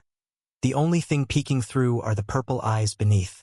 Ember's downward attack doesn't slow, as through the flames, he still aims for the monster's neck, with dense silver threads wrapped around his front claws, claiming to take out the enemy in a single strike and end this war. Yet, it moves its massive purple-scaled flesh and lifts its head up far enough to move a clawed hand of its own upward to block Ember's strike, with nothing but its own raw strength, and the bottom of the upper realm as its brace on its clawed lower legs. Another roar, even louder, more demonic, and terrifying, comes back once they clash. Every time in the past when the translucent white soul flames have hit a target, they burn and disintegrate through them without question. Dungeon mass, flesh, avatars, everything. Ember's silver threads are an energy source from beyond this zone of the upper realm, a power that only an overseer can possess, one that could normally outclass any entity in the green zone of the upper realm without question. However, there are a number of reasons he has not managed to ascend to the Cyan Zone in many recent visits. The dragon he just tried to kill is one of them. The flames tethered with silver energy wash away like this demonic creature was just splashed with a bucket of water and is waking up entirely from its sleep. Not a single burn mark or crack in its dark purple scales is visible. This monstrosity is in its fully unsealed greater demonic form. Unlike its bonded pair above the surface, it does not believe in holding back. Over twice as long as Ember, now 2,000 kilometers from nose to the tip of its pointed tail. It glows with a dark purple glimmer, yet in between each of its energy-formed scales, a white-gray hot glow holds it together. Ember's latent ability to identify and see through the system itself gives him abilities similar to appraisal, without even having to borrow the skill. Celestial Prism glows under its buffs in hot white-gray light on its status, next to its two energy forms growing it in size and power. Ember does not share the high noble vibrations of the Rising Emperor, yet neither does this dragon below him share any of the high noble power that shakes the citadel above. Dragons are not capable of awakening their own path, at least not in the same way mana-based lords or the demons can. One thing that is possible, however, is utilizing a celestial form, a power similarly linked to the strength of one's soul energy, but hereditary or often granted in the fourth rank up of the system at level 100,000. The monstrous roar of the dragon turns to more intelligent sounds, as a wave of telepathy bursts into Ember's mind. Back so soon? I was starting to miss you, old friend. It echoes in a demeaning and sarcastic tone. The massive demonic dragon thrusts its claws forward to send Ember flying backward, and the sleeping beast flaps its wings to follow him upward into the air. It is extremely dark down below the realm. There is a dense black structure below them, sealing off the Grand Citadel's reactor. Yet around it, there are only billions of dead worlds drained to black rubble. The floating citadel itself casts a 1-million-kilometer wide shadow, blocking the green sky from shining down here, making it an even more eerie, yet magnificent sight to have a dark purple dragon outline clash with a bright white and red one. It feels like you bonded with a 1-in-a-million talent. The Vermilion family must have found a noble demon on one of those new farms they're using with great potential. Your base strength and energy form is larger than your last 3 tries. It opens up its mouth, and a burst of purple demonic energy in a cylinder hundreds of kilometers wide streams out. Ember twists his body around it, spiraling back downward around the attack and sending another of his own back, across the demonic dragon's side with ruthless precision and intent to kill. Yet, the silver and white light bounces off, not leaving a mark. The celestial seals used as a defensive strategy, layered all over the monster's greater form, repel his attacks before they can seep into the demonic dragon's true form. As Ember flies by, it follows through in the sky, yelling out to him again through a telepathy link. But even if your body is stronger, every time you come back, your old power as the first overseer gets weaker and weaker. If that's all you've got, it is shameful to see you even try climbing the zones any longer. Give up, you've lost. Accept your place beside the demons on the Emperor's throne. Ember leaves trails of white and silver behind him. Yet, he is only capable of using this power for limited amounts of time, and in small quantities. What the demonic dragon says is true. Every return trip, he has to rest more and more between uses, and the power becomes less effective. Yet, it is the only trump card he has to fend off against a force unfathomably strong. While his attacks aren't making a dent, that doesn't mean they aren't useful. When Ember swoops upward, less than 1,000 kilometers away from hitting the bottom of the realm, and has another dense beam of demonic energy coming his way, he covers his side in a dense array of soul energy and silver threads. The attack is reflected just the same as at range. The demonic dragon cannot keep its celestial prism buff activated on portions of its attack that are not directly connected to its body. Ember then yells back through the link while sending a roar and a counterpillar of flames. I was created in the same light as the demons. You know this better than anyone, as my memories are yours. Not all of them, but enough to understand. Demons and dragons are opposite sides of the same coin. Giving up is not an option for me. I will always come back to climb until I succeed. He grins, feeling hundreds of thousands of new worlds flowing into his shared borrowed stats pool, and prepares for another clash.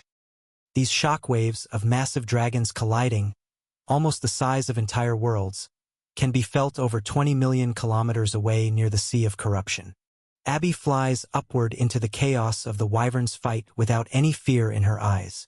Her staff burns bright green in her hands, and her greater energy form that revealed itself fully on Kelfer when she was consolidating her true core is activated.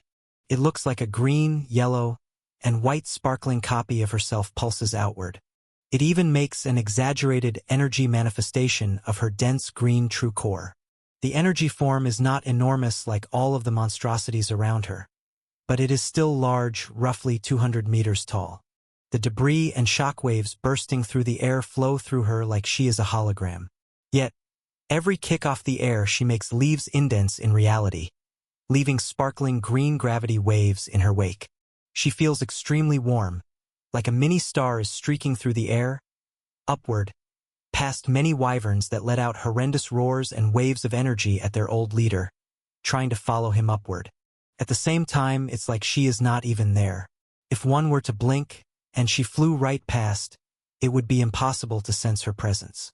This is a natural emergence of a celestial form, one commonly referred to as the immortal healer in the history of the system when members of other races obtained it. The same hot white-hot energy that shields the demonic dragon from Ember's attacks now materializes within the white and yellow sparkles that trail behind Abby's body. As she passes dozens of wyverns, She recognizes many as though it was just yesterday they were fighting, alive, and in their mana-based forms. Emotions of pain, sorrow, regret, and loneliness ripple through her as she witnesses them follow out mind-controlled actions they would be ashamed to watch themselves do. These emotions she feels are not her own. They are all of the wyverns around them as a collective, their instincts and memories watching through the staff in her grasp, and also that of the enormous blue wyvern high above her in the sky. Her core, the staff, and the energy waves coming off the blue wyvern are all pulsing at the same frequency. Abby watches Seraphel get attacked from all sides by another blast of black lightning, imbued with dense high noble vibrations, and a mutated version of the same celestial prism buff glowing on its status. Just like the demonic noble bloodline transfusion flowing through its veins, this energy comes from somewhere else too. This entire army is the product of one demon's testing. The feeling is extremely similar to the kings of Kelfur she briefly encountered. Yet, those were far older and watered-down versions of what that demon was capable of. It must have been what it achieved while still in the lower realm, and now this army is their greatest creation yet. While horrific and evil, there is a beauty to the monstrous power being displayed above her. It is a relentless, demonic tactic to aim to take down the leader of the wyverns, to use the strongest wyverns of the past, and infuse them with the strongest blood the demons could find in order to take down their enemy. Images of this army tearing through forces of hundreds of first-class and even noble demons in the past flash through Abby's mind. The yellow lightning of that wyvern, fighting beside Seraphel, is in the forefront of her mind. Now, to watch it burn holes through the blue water-imbued celestial body, while other wyverns around swarm in to throw attacks of their own at the unhealed wounds. It is sad. Abby finally catches up with their ascent into the sky, to get right in the middle of the battle, waves of water and lightning both surging through her without even moving a single hair on her head. She lifts her staff in the air and starts to activate a handful of glyphs that her instincts tell her to focus on. The massive blue eyes of the wyvern's celestial body shift toward her once she does, wide with shock but filled with hope, even while getting struck down by another 6 thick black lightning bolts. You came. It's really here. The Wyvern's Inheritance. Chapter 851. Black holes crackling with electricity open up in the wyvern's celestial body, and more of the smaller wyverns from below continue attacks, leaving demonic flames, earth bullets, wind slashes, and water jets deep into Seraphel's body. A pulse of green sparkling light pours out from Abby's immortal healer's greater form, rippling through Seraphel as he's pushed backward, with a broken wing, falling backward out of the sky while the massive black wyvern follows down, charging up another attack. This wave of green light makes all of the blue wyvern's wounds shimmer with an extra layer of a celestial glow, and the synchronized pulsing of Seraphel's and Abby's core becomes even more in tune. You came. It's really here. The Wyvern's Inheritance. Seraphel's telepathic message still echoes out as he makes eye contact with this human healer, less than 1/100th his size. Abby is getting stronger with every passing second, as links of loyalty are streaming into her. When the generals first arrived, she may not have physically been injured by the noble vibrations coming off this army, but it was quite intimidating. Each of the wyverns has the equivalent talent to extremely strong noble demons, many times stronger than Andrus Vermilion, the prior Ellipsia Citadel Lord. With dense green true cores burning in their chests, and thick demonic energy controlling their minds, they are like one lord armies of their own flying through the skies. With help from their leader, tearing open Seraphel's outer defenses, their attacks are powerful enough to injure this blue wyvern. This fact makes Abby's next moves even more eye-opening to the blue glowing majestic monster in the sky. A zigzag pattern of dense green light streaks through the air, circling around both the blue and black wyverns, surging right through the cores of every single stray attacker in the upward spiral. Rippling waves of green light pulse through each one of the dark demonic wyvern bodies. It looks like a dense droplet on a lake, making green waves through their dark purple and black bodies. Screeches and roars fill the air as Abby leaves each of their bodies, with her glowing staff held high above and in front of her head.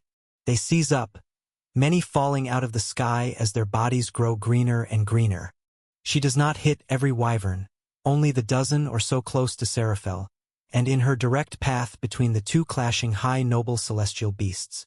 There are wounds still healing on the blue wyvern's body from the last two lightning flurries, and it looks like this next one might actually break completely through his wing and damage his core. Every glyph she's been charging up on the way upward finally activates in full while the enormous black wyvern appears in her vision, with two purple eyes looking straight forward, both larger than her entire greater form.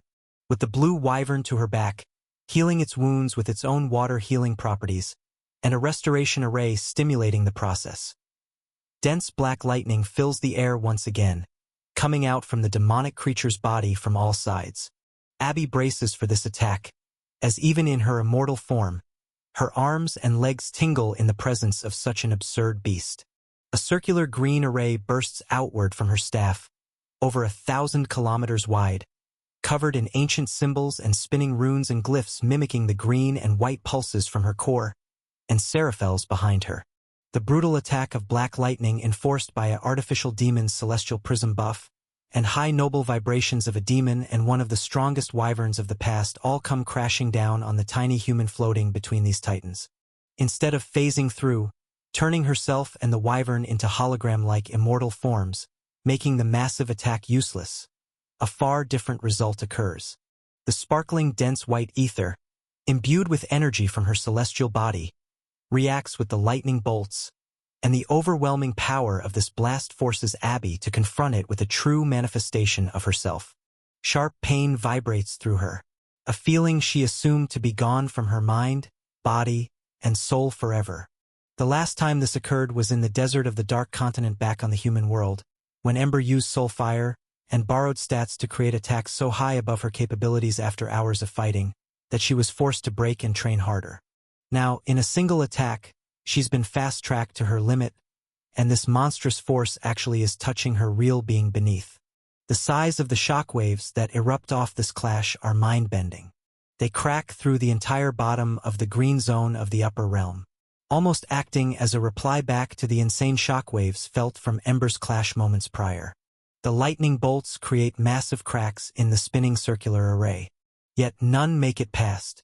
The bolts of demonic and celestial energy explode outward, flooding off the sides of this array, like jets of water hitting a wall. The black wyvern, however, does not stop its forward momentum. The murderous roar of this beast still rings out as it slams headfirst into the cracked array, with rows of sharp teeth all covered in dense white-hot celestial light. It even twists its body and slams one of its wings, covered in dense high noble imbued demonic energy, into the array right next to its head. The cracks build up more and more, and Abby's staff glows hotter and hotter in her grasp. This beast making contact with her energy sends waves of suppression deep into her body and mind.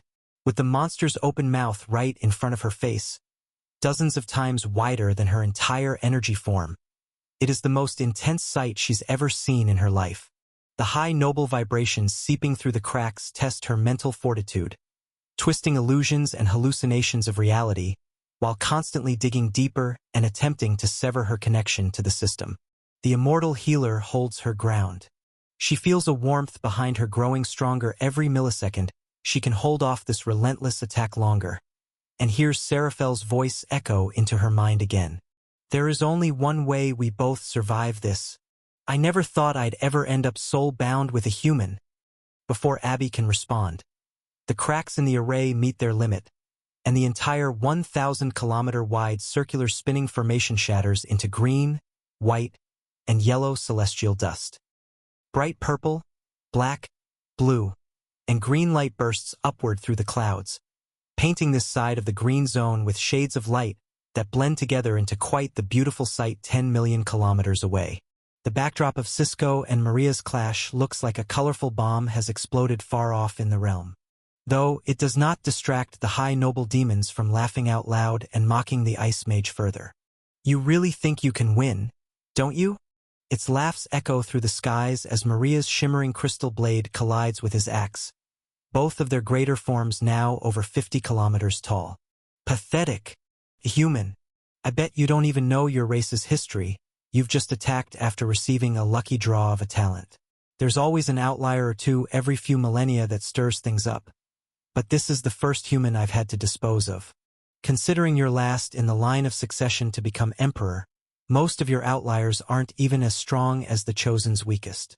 It laughs again, but a strange rise in power keeps pouring into this blue angelic form, as more stats are added to the borrowed pool. The demon's axe is pushed backward as it speaks, and Maria's sharp, icy gaze stays locked onto the demon's chest, aiming to kill without hesitation. Another laugh echoes out from the purple monster as he throws his axe upward, away from the fight entirely, and allows Maria to stab it through the core with a smile on his face. Crystallized ice spreads outward from the center of its body, and it spreads to every corner of this massive greater form in milliseconds, shattering to sparkling dust in the air. Yet, the ice mage twists her body and sword upward to block an incoming attack. The demon kicks downward off the air, from the direction where it threw its axe. Yet, its body was just obliterated before her eyes. The body double skill was visible on this demon status, but Maria has seen the Rising Emperor's divine-grade body doubles before. They are only mana-based and lack soul energy or divine cores. There is a perk that allows the user to swap positions with any of the caster's doubles, so that is her first instinct when another appears. Yet, the sensation of breaking this demon's core, and even feeling its high noble vibrations slow down and be destroyed was so vivid. Something doesn't add up. She blocks the new incoming strike perfectly, and tests around the demon again to counter, but he just throws his axe away again, allowing Maria to stab right through his chest and turn him to an ice sculpture that fractures into dust.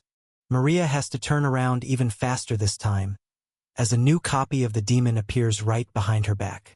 They clash again, and the demon leans in close to her face, staring her angelic form in the eyes with a wide, sharp-toothed smile. "You will be an incredible vessel. My masterpiece of a demonic wyvern army was my greatest creation, but what if I could have a human at its front? The weakest lower race, keeping all of the other races in line when given just a drop of a noble demon's blood. Now that is art.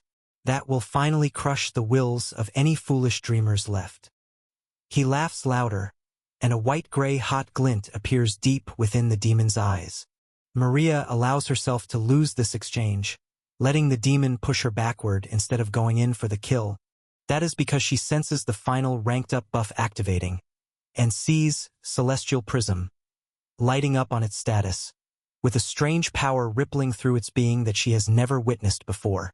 Chapter 852. In the center of the Grand Citadel, more and more of the inner city's fragmented and crushed buildings are all swirling about in the air. Large portions of the ether, divine energy, and mana-based structures are flowing into my astral form. It strengthens the shielding that forms around me, as well as allows me to grow even larger in size, while simultaneously resummoning the soul sword manifestations that are being destroyed around me.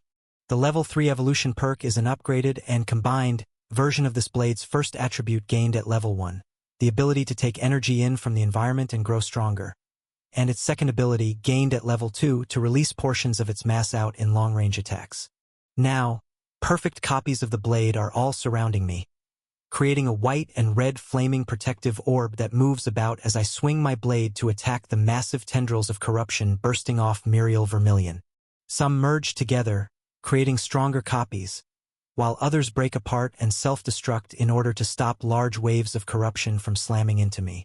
At first, every single change of direction I make is a close call, but it gets much easier. The borrowed stats flowing into me start to increase exponentially, and the enormous amounts of the Grand Citadel I'm absorbing increase my natural energy control density, as well as my ether pool size, and even add massive amounts of green divine threads to my true core, bringing me closer to a saturation point. Now, I hardly have to use half of my swords in order to fend off the tendrils of energy. I'm even faster than the demon that follows me, and I circle around the inner city multiple times, now absorbing over half of the mass. Some of the towers are thousands of kilometers tall, yet compacted and siphoned for their energy. I can compress them down by hundreds of times, just like the sea of corruption that was infused into this demon's body. Muriel yells out, with genuine anger in his voice. "You coward! All you do is run. Face me." Stop destroying this citadel. It is not your playground. At the same time, I feel the cold aura coming off him quiver, and pour out streaks of hot light for some reason. Rippling waves of an energy source I've only felt up close and personal one time rush into my mind, and the quantity and intensity that it makes itself known is far greater than what I witnessed on Seraphel's greater form, as well as the weak leftover celestial energy-imbued ether commands I manipulated to seal my body. When I turn my head back to see the demon chasing me, its entire greater form ripples with a white-gray celestial glow, as the lowest buff on its status appears in my mind's eye, celestial prism. The gap between us closes in an instant, and it feels like he just teleported, but my foresight and clairvoyance shows me the exact path he took. This demon just multiplied its power instantly. There was no change in form, nor any shockwave or energy release. It's like he flicked a switch, and now has access to this strange celestial power. The monster's clawed hand, covered in layers of corruption, swipes toward my chest. Thousands of my soul swords move to block it, but they are consumed by the black liquid shimmering with white light. It gives off both hot and cold radiation at the same time, confusing yet fascinating. I swing my strongest soul sword up to block after massive portions of its corruption have been blasted away by the sacrificial blades. With layers of citadel commands covering my astral form, some even used to make a thick covering over my soul sword, I'm still overpowered. The corruption melts through the citadel mass and collides directly with my blade.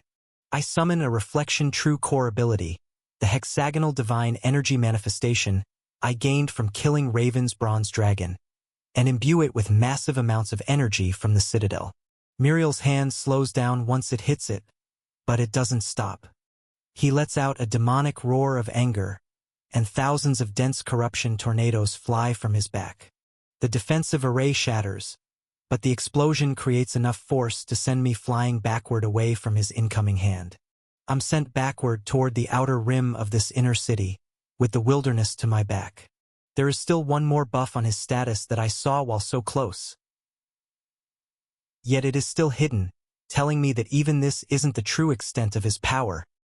This explosion cracks the protective ether arrays, keeping the wilderness safe even more.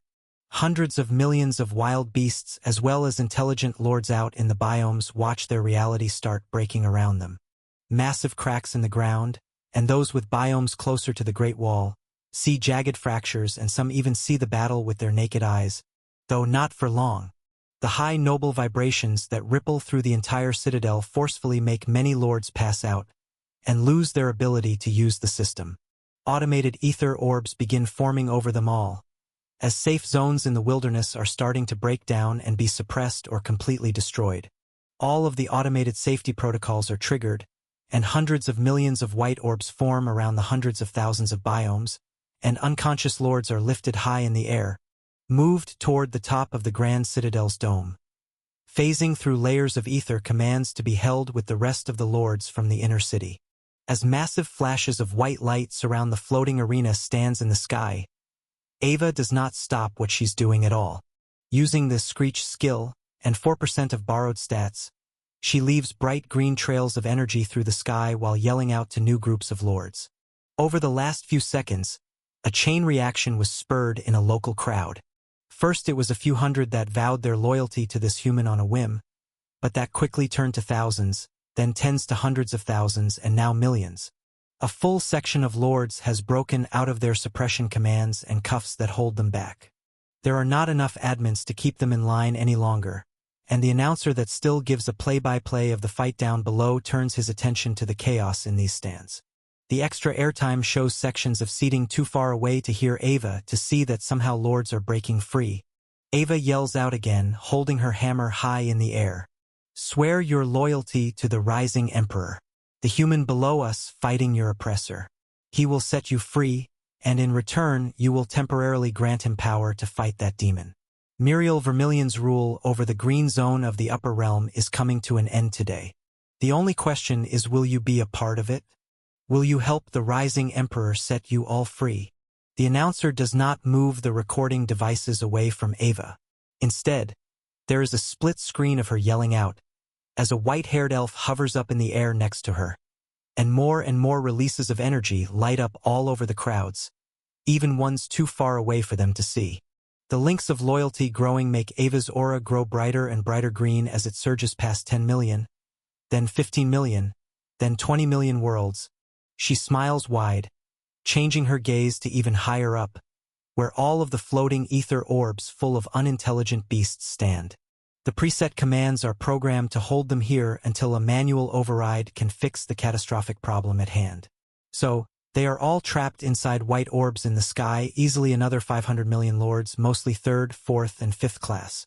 Ava wants them to swear their loyalty too, but it will not be as easy to convince them as the 370 million 1st and 2nd class intelligent lords below her, as they are a more captive audience. Just as she's about to yell out again while facing a new direction, the Goblin Queen's eyes widen.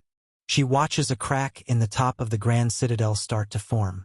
It is not from the battle taking place below. The safety layering has not shattered despite all of the high noble stress being pushed up on it still. Instead, something outside in the green zone is hammering away to try to get in. The shadowy outline of a purple and black greater form is what Ava sees first. 3 bright purple curved horns coming out of its head. An enormous matching purple hammer in its grasp. Thuds start to echo through the air, and the sounds of cracking start to grow louder. A very distinct vibration ripples through the atmosphere next, one of a noble demon.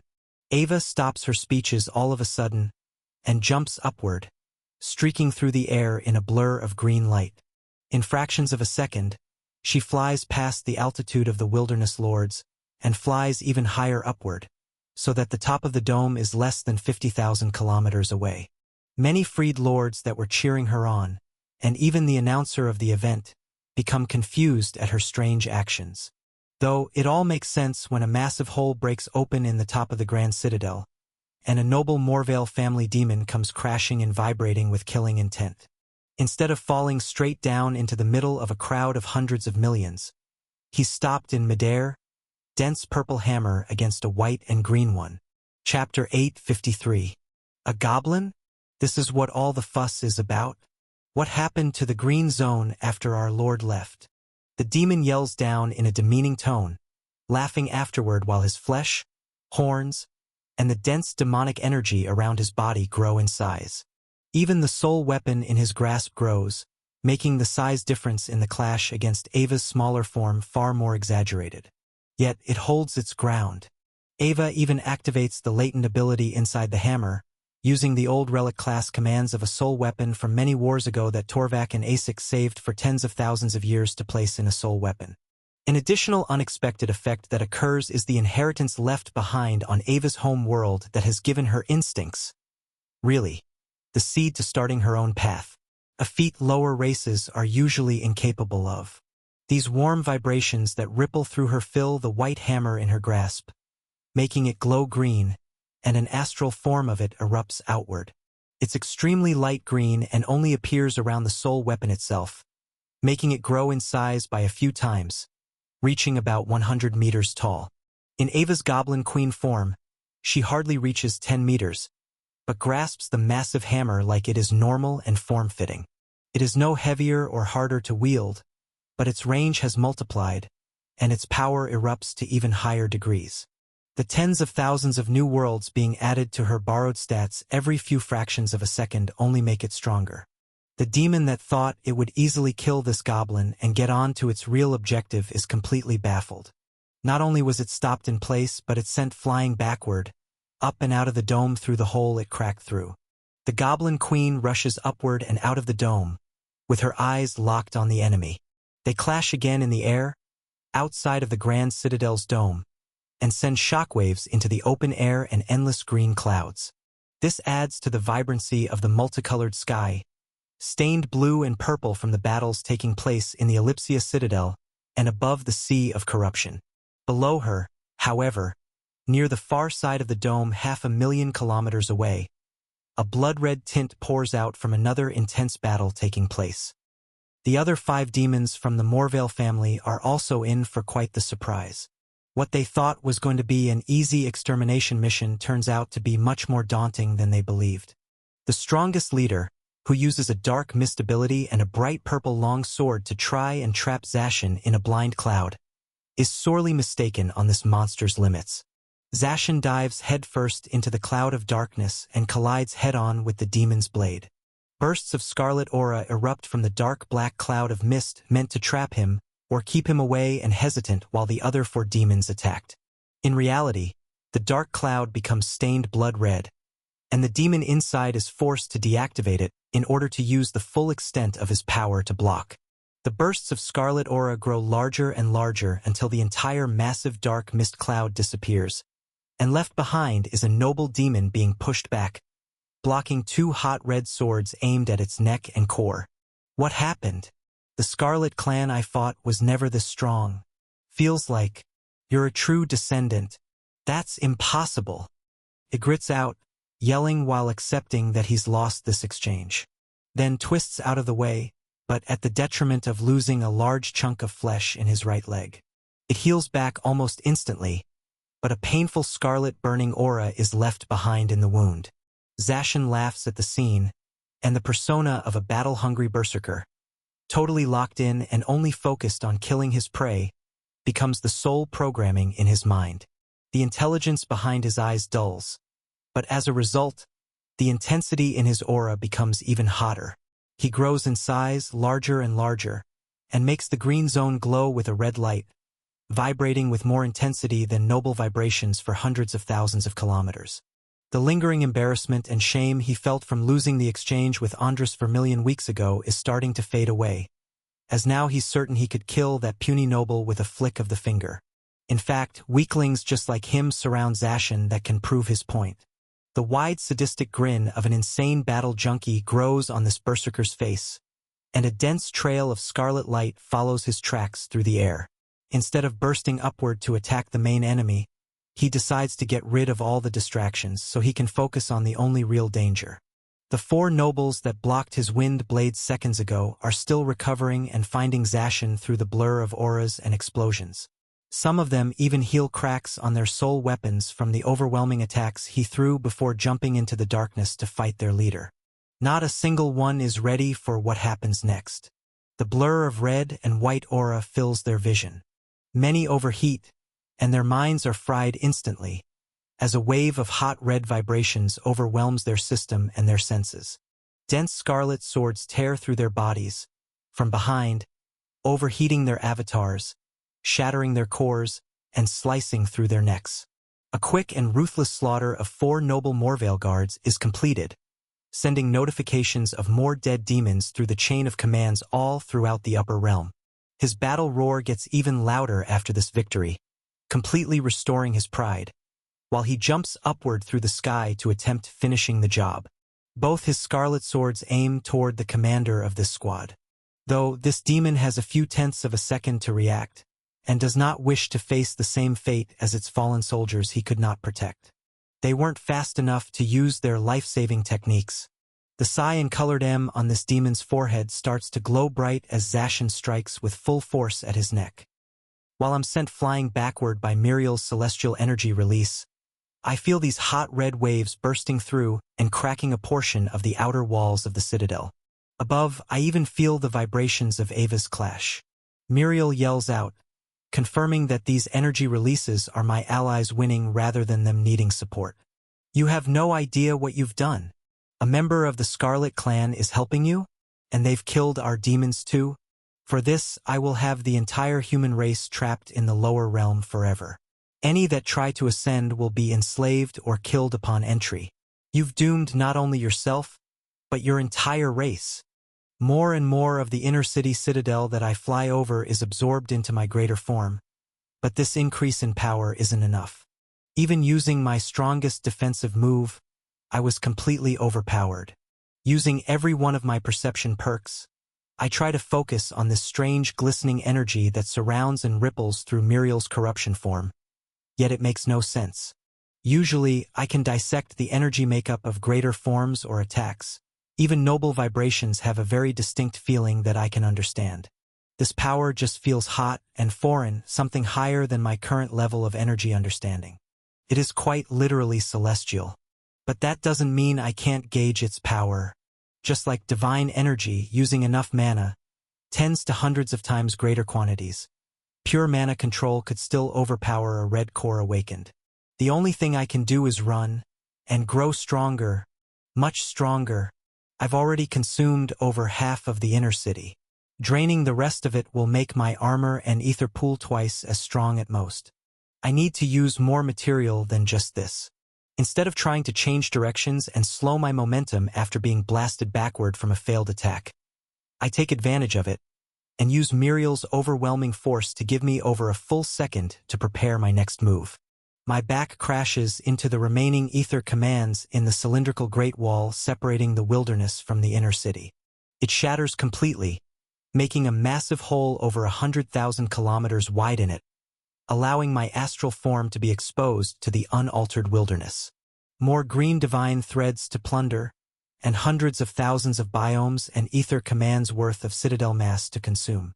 The mountains, deserts, rock canyons, volcanoes, forests, grasslands, and everything in between get pulled up from the ground. I'm a massive magnet, pulling tens of biomes up from the ground at a time, leaving a huge empty tear in the citadel's ground as I pull up all of the artificial land. Safe zones are consumed, and I feel my astral form grow even larger, now pushing past 250 kilometers tall. Out from the burst in the Great Wall, an angry demon covered in corruption follows me, with tendrils of black coiling energy, now sparking with a celestial glimmer, flaying out of him. It looks like he has tens of thousands of arms, like a mutated sea monster, but his angry yells are still the same demon. As my momentum from the blast starts to slow, I turn in the air to try and make a full loop around the entire wilderness, and manage to pick up about 10% of its mass during my trip. Yet, instead of following me, Muriel moves in the opposite direction, making sure I can't use momentum to my advantage any longer. My greater form grows to over 300 kilometers tall, and in front of me, a massive demonic force comes. Too large, powerful, and fast to dodge. I'm going to collide with him again. I swing my blade and summon tens of thousands of soul sword manifestations around me to collide with his corruption. As my hexagonal defensive array is shattered again and my soul sword bashes against his bare palms, he reaches forward with his sharp claws. Yet, another series of dings sound in my inner ear. Congratulations! Rising Emperor's domain milestone reached. 100, 588. 905/1000000000 worlds claimed. New perk unlocked. Galactic Footprint. Info. The experience share I interface is now accessible for the Rising Emperor and the 5 generals. The Rising Emperor may now borrow an additional 5% of all base stat points and mana control efficiency from all subordinates under the allegiance of the Rising Emperor. Members affected by this perk are not required to be within range of the Rising Emperor's domain. This buff stacks with the A Light in the Darkness perk, Path to Domination perk, Authority Among Worlds perk, Ruler of Worlds perk, World Collector perk, World Domination perk, Imperial Reach perk, Expansion perk, Dominance perk, Authority perk, Power Holder perk, and Ruler's Gaze perk if used simultaneously. The additional boost in power is enough to stop us both in place. Since our last clash seconds ago, I've gained over 5 times more worlds and drained a massive amount of citadel mass. Yet, looking deep into this monster's eyes and making contact with its flesh, allowing me to peer into its soul, I feel a cold unlike anything he's shown me before. You see it now? Do you understand this is pointless? Do you understand why the royals will never fear the lower races? He yells in my face, as a dense purple and red aura starts to flow out from his eyes. I finally have enough perception to see the last mystery buff on his status activating. Royal Bloodline Transformation. Chapter 854. A warm blue notification pops up in Abby's consciousness. Soul Bond. Yes. No. Dense strings of ether in her mind connect to the soul weapon in her grasp, and countless memories from wyverns that are not her own. The massive blue celestial body of water behind her, that is Seraphel, feels warm and inviting. Their divine and soul energy cores both already pulse and rotate in synchronicity. Neither have ever met each other in person before, but upon meeting now, there is a resonance between them that cannot be explained by the mortal mind's constrained train of thought. It is not only the mutation caused by her acceptance of the Wyvern's inheritance back on Kelfur, but the history left behind in her immortal form too. The sparkling celestial dust that comes off it in yellow and white specks tries to root itself to reality, and finds itself far more able to when coming in contact with the residue of celestial particles coming off of Seraphel's body. It's as though these two physiques know each other, from a past far too distant for the minds controlling them to even comprehend. The blue wyvern's celestial ocean of rejuvenation and the human's immortal healing physique vibrate in unison, while facing down an enemy far too powerful to take on. The enormous open mouth of the demonic wyvern fills the sky. It's destroyed Abby's strongest protection array with brute force, and the high noble demonic blood surging through its veins makes the beast unfathomably powerful. In its prime, this monstrous wyvern had a celestial physique of its own. Many wyverns called him the lightning god, or the yellow thunder. Cisco Vermilion's celestial prism transfusion has restimulated this physique even after death, and that is what makes these black celestial demonic lightning bolts so horrifyingly powerful. As the beast starts closing its jaw to bite down, even more bolts of black electricity burst outward. Abby will be eaten, and Seraphel will face a close-up barrage too powerful to survive. That would be their fate. But Abby presses yes to the warm notification deep in her mind. Seraphel presses yes as well, while flapping his wings and diving forward, toward the danger rather than away. Abby floats down in the sky, to stand on the blue wyvern's nose while their auras begin to merge, synchronize on a molecular level, and start to flow through both their cores like their energy is one. A white celestial film begins to glow around them, and the heat high up in the air instantaneously becomes unbearable, like a white star is exploding. The flash of light in the sky above, over 1,000,000 kilometers up in the air, makes all of the wyverns trailing behind screech out in agony and even pass out from the intensity or go blind and fall from the sky. Raven and Ari both shield their eyes. The swordswoman slashing through demonic orcs and ogres with ease slips away into a stealth dimension, not to get caught up in the blast. Over the last few seconds, she's left a path of destruction behind her, with hundreds of corpses sliced into pieces, taken out from the shadows. On the other side of the Sea of Corruption's coast, Ari has been doing a similar amount of damage, rapid-firing dense white arrows covered with thick black vibrations. His first shot that killed 3 ogres in a single blow becomes a simple display compared to what he can land now. With 4% of the stats from over 100 million worlds surging through his body, his ability to form more and denser spirit arms grows. He's able to manipulate the trajectory of his arrow long after it leaves his bow.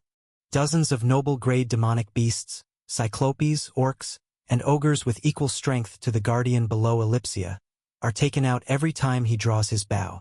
Piles of dead demonic monsters cover the landscape.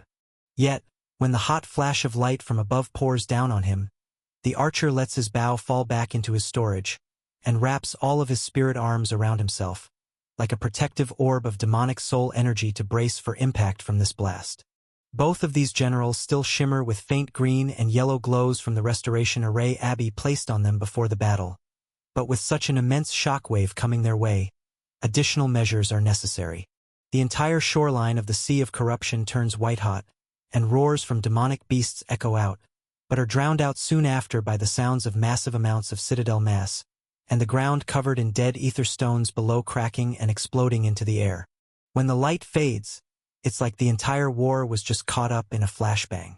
Raven jumps out from her pocket dimension ready for battle, and Ari opens up his defensive spirit arms, holding his bow again to point forward. But there are no enemies nearby. Thousands of demonic beasts were just obliterated. High orcs, ogres, cyclopes, elite lizardmen, and all kinds of monstrous creatures all lie on the torn-up shoreline, devoid of demonic energy or blown to bits. Only a few hundred monsters remain. At the furthest edge of the shore, only the strongest berserker giants survive this blast with the generals. Half of them light up with bright scarlet-colored auras, while the other half are as dark as obsidian. Those that were injured by the white blast from over 1 million kilometers away and survived, reform portions of their body with demonic energy, and their vibrations are mutated to be a combination of their past lives' path and the noble vibrations infused by the demon that created this army. Each one of them is nearing the threshold of a high noble strength. Some releasing their full energy forms over 3 kilometers tall, and bursting forward toward the last 2 threats, Ari and Raven, who blast forward to take them on. Maria flies backward, away from the high noble demon that activates its celestial prism buff. A wave of hot white light ripples through its greater form. The demon and angel are both over 60 kilometers tall now, roughly the same size. An instant ago, Maria had the upper hand. Her movements were faster, and her strikes were more powerful. Even though the demon used a strange variation of its body double skill to switch positions every time it was struck, it was still the one running away. Now, as this celestial energy surges through its body, its strength of vibrations increases tenfold. Nothing physically changes. There is no new energy release, no increase in size, nothing. The demon has become stronger instantly, with no logical explanation. It is using an energy type Maria has never seen before. She flies upward and backward, biding her time while millions of worlds trickle into her greater form, quickly reaching 4% of 100 million, and granting her access to a new system interface deep in her mind. Though this is the last thing she's using her mental space for right now. About a third is focused on the demon gaining speed on her, following her high run into the air and yelling, "Get back here, human! You only run because you know you're not strong enough. I am a high noble. I am the pinnacle of what a demon can become without a royal position. You will be my army's head, a high noble puppet that rules the green zone of the upper realm."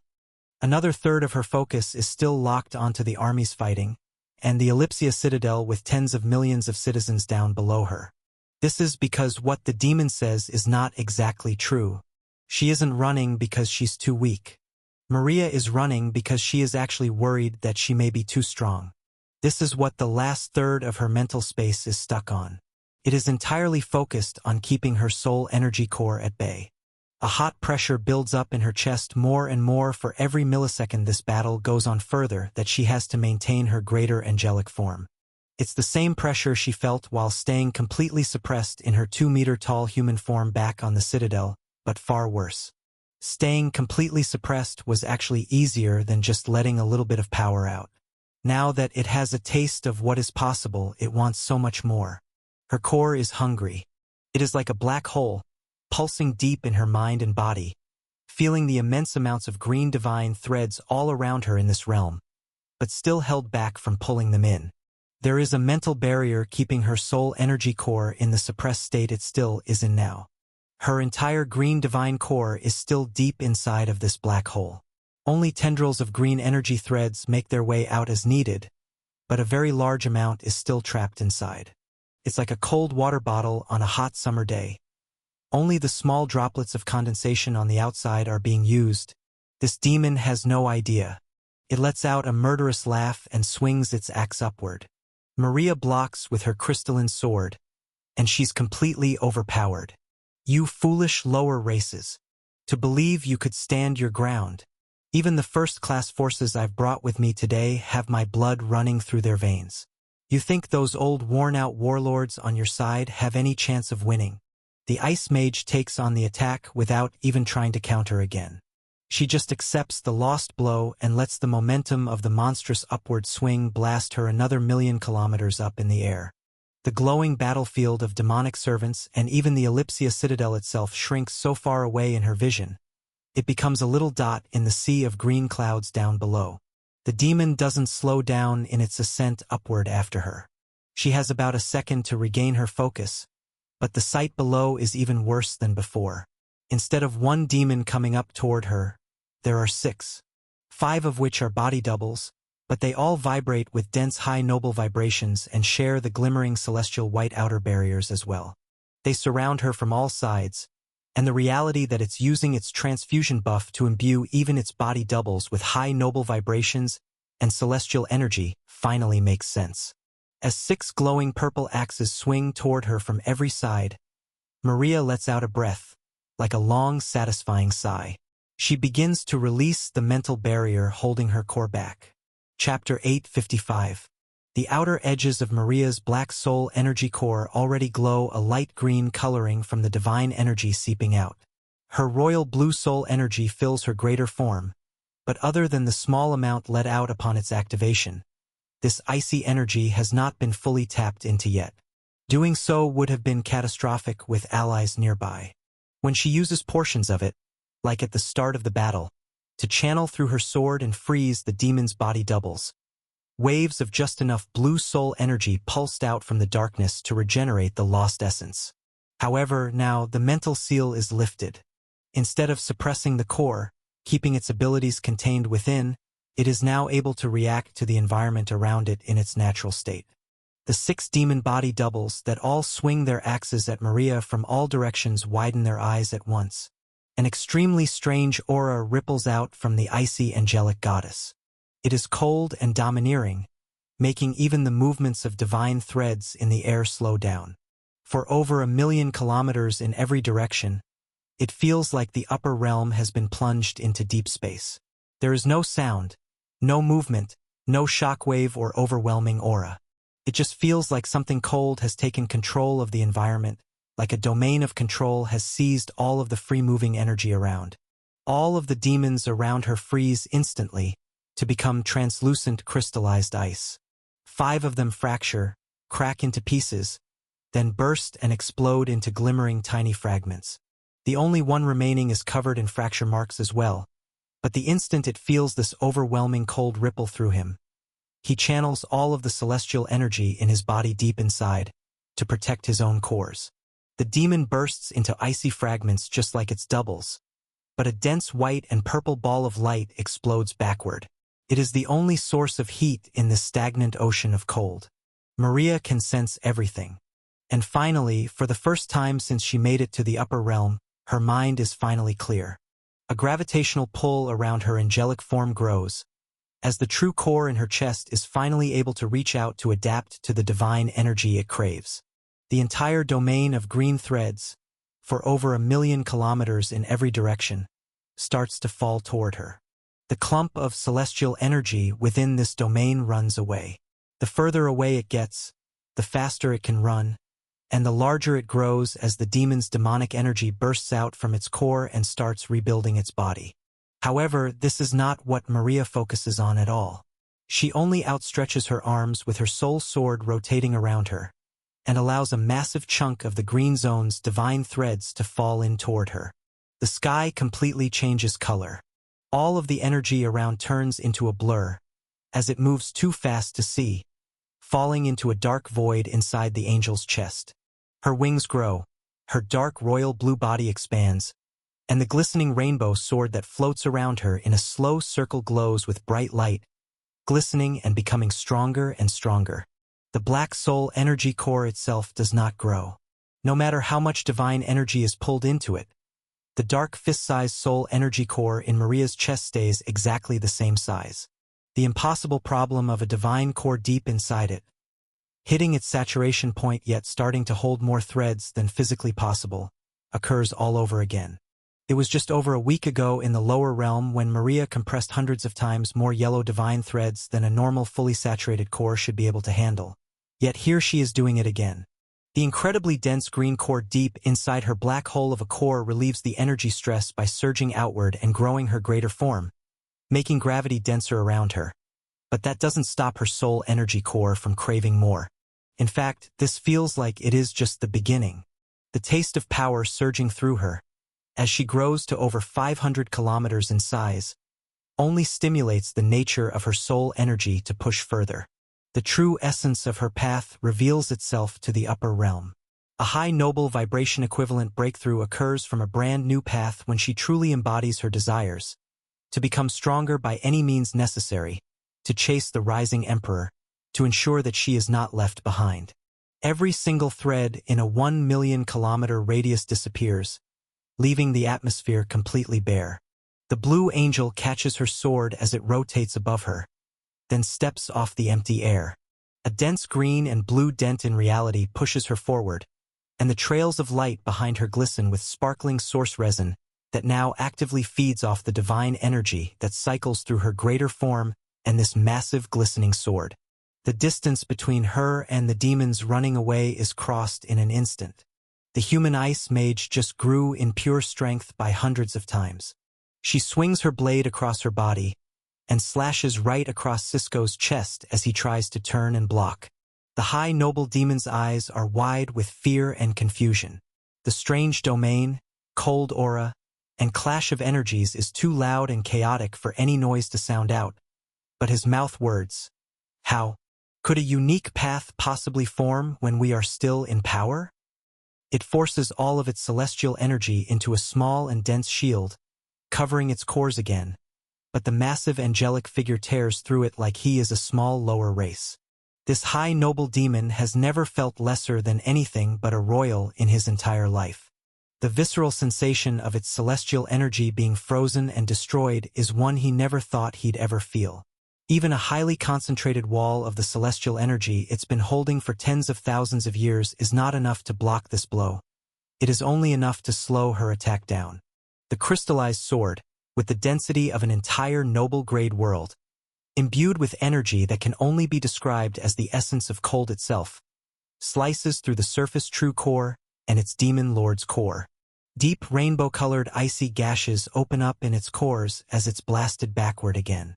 Its body turns to ice and shatters again, leaving the look of despair and fear trapped in ice before it turns to dazzling dust. What adds to its terror is the calm expression on the human's face.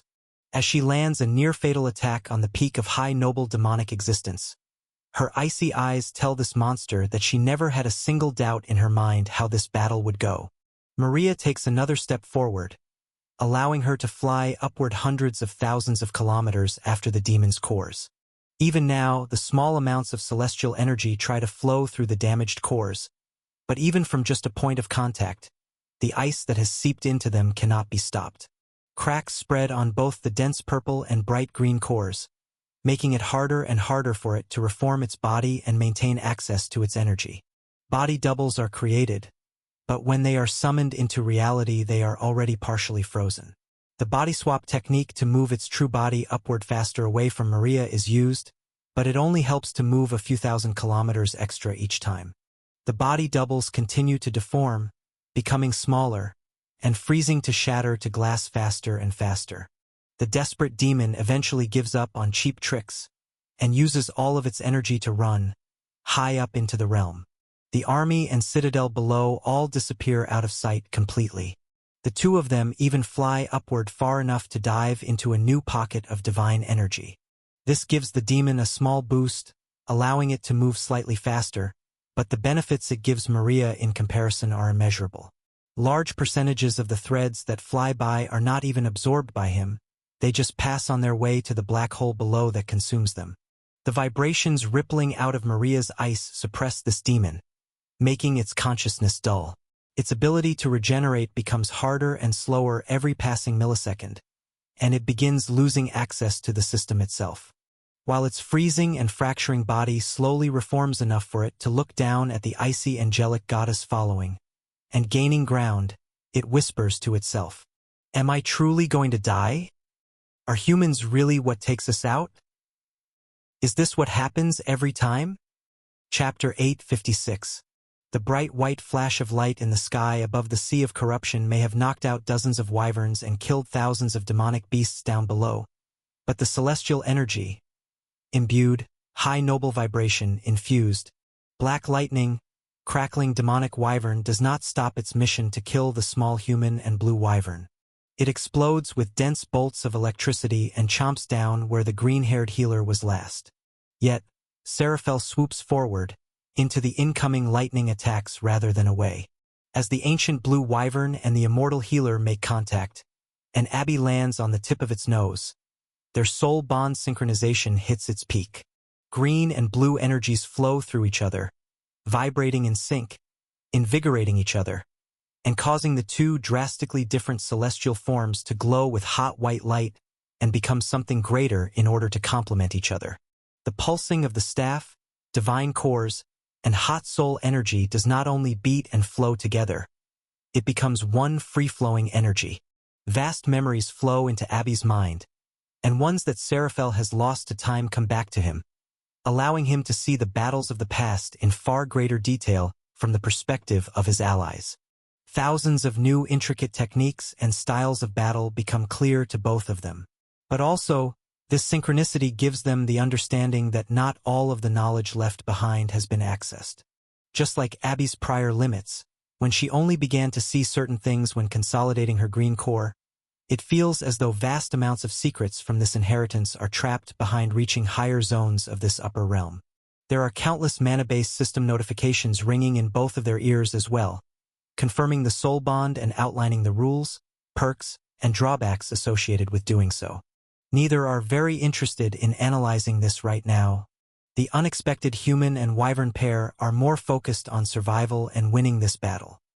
The demonic wyvern's mouth bites down nearly all the way, but it is stopped with just 200 meters between its top and bottom teeth. A dense green glowing staff holds it open. The healer, holding it with both outstretched hands, stares forward, down the beast's throat, which swirls with dense celestial-imbued demonic energy.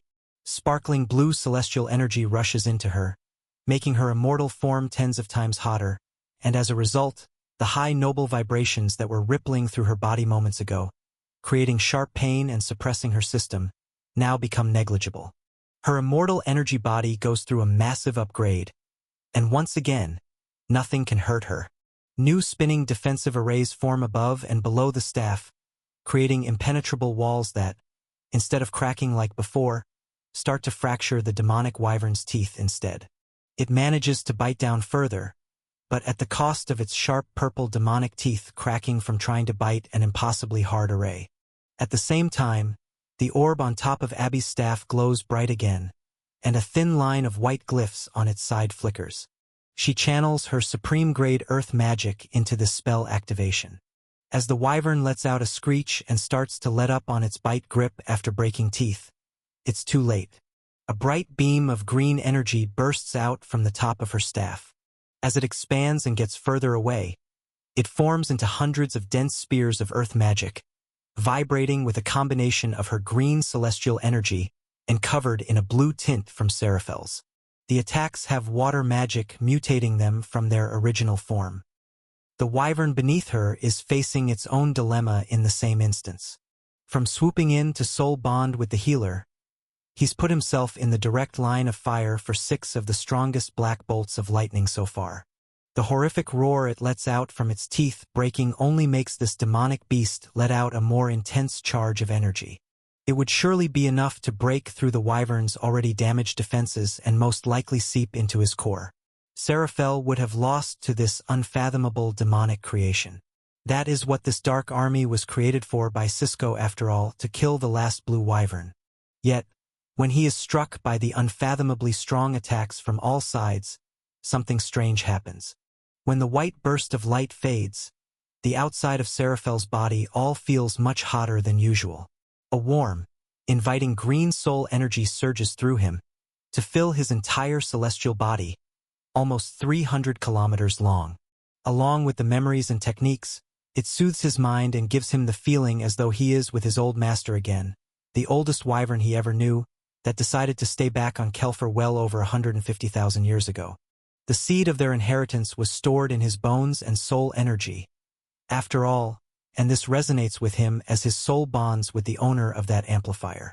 Not only are Abby's restoration properties flowing into his physique, but at the same time, his innate talent, his potential, his very fate and the depth of the path he can awaken, have been permanently altered. The blue wyvern does not fully comprehend the magnitude of this shift in the moment, but he does know instinctively that these black bolts of electricity won't kill him. For the first time in tens of thousands of years, the beast feels true hope, that maybe it can climb higher than the sedentary state it's been in for so long, watching his race die out slowly one by one around him. He grins wide. "It's not over yet," echoes through a soul-bonded telepathy link as the lightning bolts collide with his blue body of water, now sparkling with a green and yellow light. Instead of making dense black burning holes like the last few, the bolts surge right through. There are waves on the surface of his physique, like droplets on a calm lake, but the restoration essence flowing through him heals him so fast, no visual injuries even show. The electricity flows through him and surges out the other side with little to no power left at all. Nothing but small black static is released into the atmosphere. Abby's attack deep into its unguarded mouth makes a direct hit as well. The sharp green spears of earth magic all stab into the back of its throat, tearing hundreds of holes through. Some come clean out the other side, while others explode and release waves of hot liquid earth magic imbued with water and celestial energy. It has the consistency of mud but burns like molten metal and erupts with a violent nature. The beast roars and its head is ricocheted backward, half torn off with a massive hole in its neck. At the same time, Seraphel dives forward, opening his mouth, and releasing a screech and a dense blue jet of water from his throat. It collides with the demonic wyvern's chest, breaking through scales and celestial energy barriers, forcing the injured beast to roar out in even more pain, especially when the blast of water makes contact with its infected demonic cores. It's thrusted backward, and as the cores crack, a scent of desperation fills the air. Its screech is truly demonic, and the lightning that surrounds it feels like it's giving everything it's got. It is not conserving any more of the temporary infused power it's been granted. The beast doesn't even try to use demonic energy to heal itself. It's looking to self-destruct and take out the target it's been created to kill. This is its only directive, so in its reconstructed demonic mind, it must succeed by any means necessary. Chapter 857. Demonic noble wyverns are falling from the sky. Some fall straight into the sea of corruption. Others are skewered by the edges of sharp citadel parts. Over half even fall down onto the battlefield between Ari, Raven, and the demonic berserkers. The first collision of energy between this final wall is Raven jumping out from her pocket dimension and slashing through the bright red and purple flesh of one of the old Scarlet Clan's members, turned into an undead demonic slave. Unlike the second and first-class orcs, ogres, and cyclopses she was fighting moments ago, the monster she tries killing was already capable of fighting near the level of a noble demon before it died. The demonic energy and vibrations surging through it multiply its strength much higher. Instead of being sliced to pieces, all that remains is a deep gash in its side. Raven disappears into a stealth veil as its keen senses pick up where she's attacked from, and it swings its sword down toward her. She reappears near the Scarlet Berserker's neck and slices through it again. Roars come out from the monster as it grows more enraged, and flickers of its past life as a true berserker push its instincts to attack once more and not back down.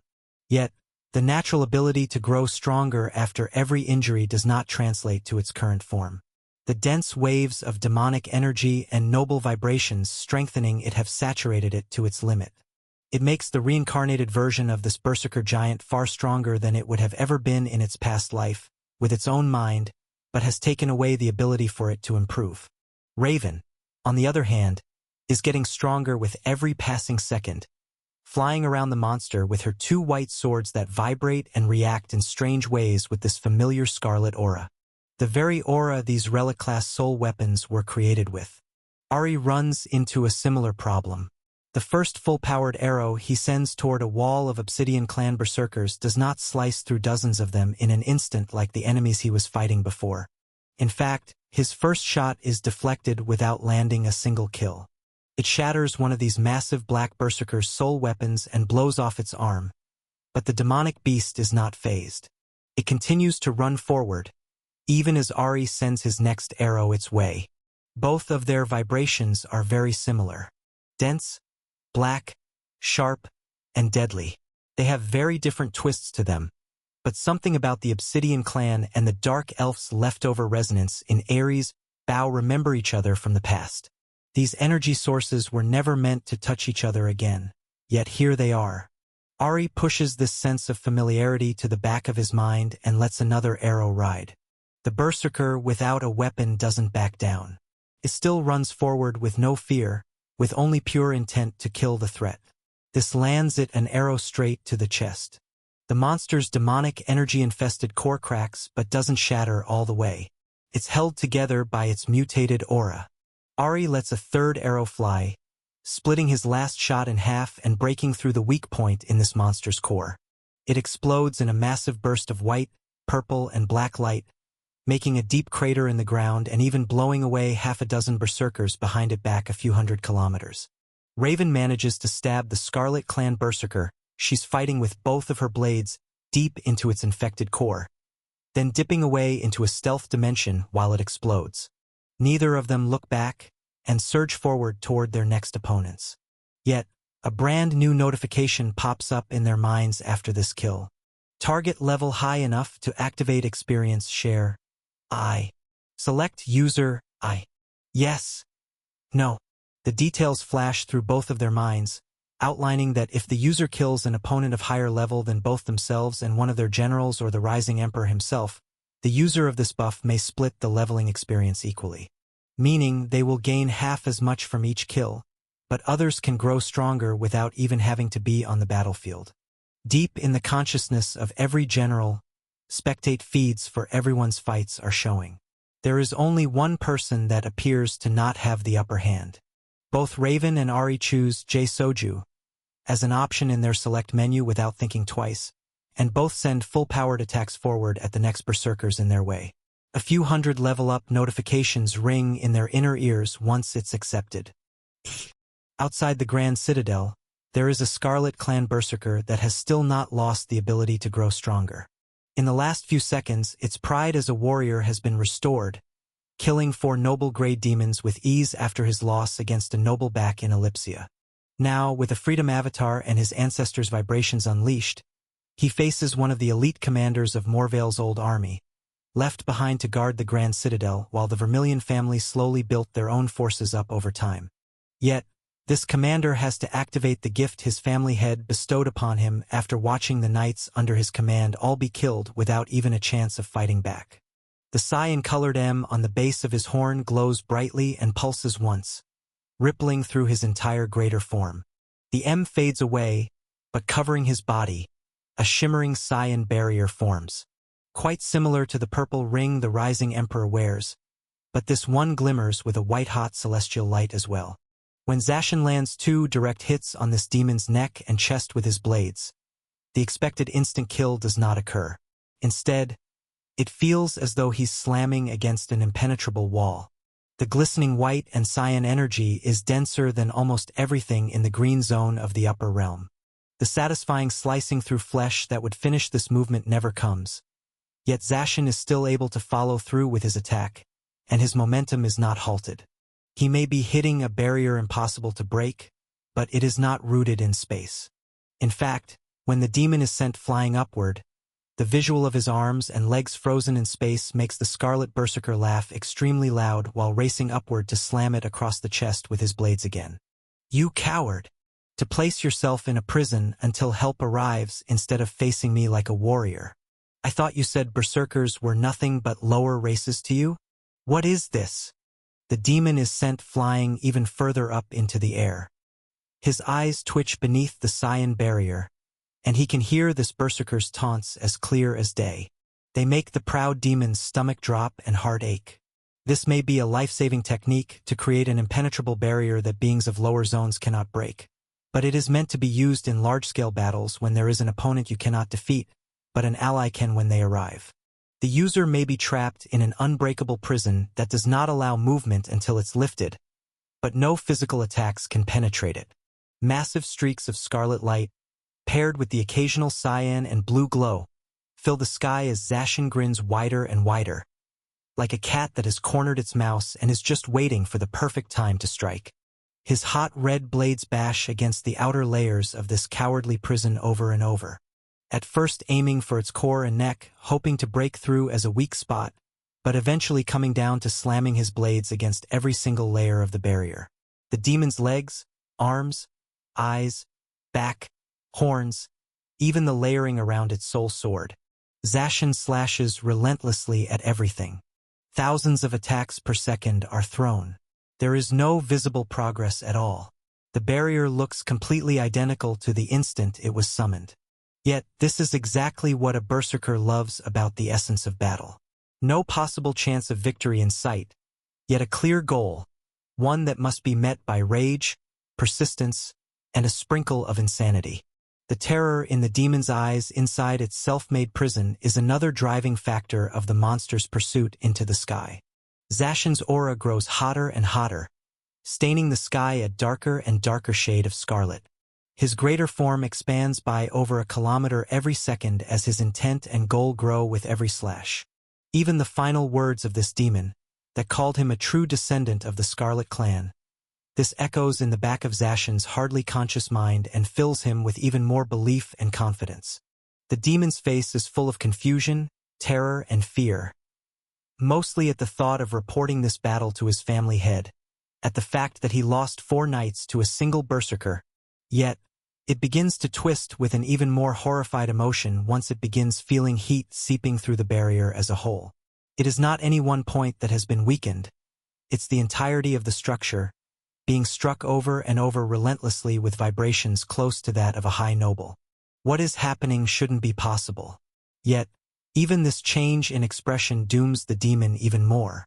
Zacian realizes what he is doing is working, and it only makes the red light around him surge larger, blasting them off higher and higher into the air.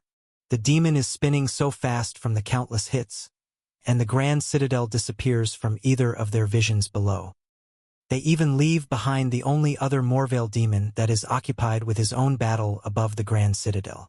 It is on equal fighting terms with Ava, the Goblin Queen. Their hammers strike against each other again and again, yet neither backs down or lands a solid blow on the other. They clash over and over in the sky, sending shockwaves down into the dome and outward into the rest of the green zone. What are you doing protecting an elf? I can smell that creature all over you. They even taught you their path? A goblin? What happened while we were asleep? The lower races are being allowed to roam free far too much up here. The demon yells out, completely baffled by the strength of a lower race, and senses the inheritance left behind in Ava's soul as well. This is the first time she's hearing of the concept of a path, so she only assumes this demon is talking about the fact that she is protecting Rin below her. She doesn't reply, in order to stay focused while swinging her next hammer hit upward to block, and a loud echoing twang ripples through the air. At the same time, the air pressure shifts, and both the demon and this goblin open their eyes wide at the strange sensation vibrating through them. It comes from far below, under countless barriers of suppression, down at the center of the Grand Citadel. Something horrific is awakening. A force that just by merely existing has started to exert dominance on the entire green zone of the upper realm. The demon that bounces backward from their clash smiles and laughs. There he is. My concerns were for nothing. The newest royal family head has finally decided to show his face and clear up this mess. Chapter 858. What are you talking about? Ava yells back in response, then sifts through her spectate feeds to see exactly what he's speaking of. The outside of the entire citadel starts to crack from the pressure that builds up in the center. Not only do cracks start forming around all of the citadel's outer walls, but the barriers made of thick ether protecting the citizens of the Grand Citadel from the auras clashing down below are starting to weaken. Fractures are surging through them, as 2 auras at the peak of the high noble vibration threshold clash over and over, pushing upward against it. More and more of the Grand Citadel's ether stores are getting absorbed by the rising Emperor's astral form, and in turn, the suppression arrays above have less and less energy to pull from to strengthen them.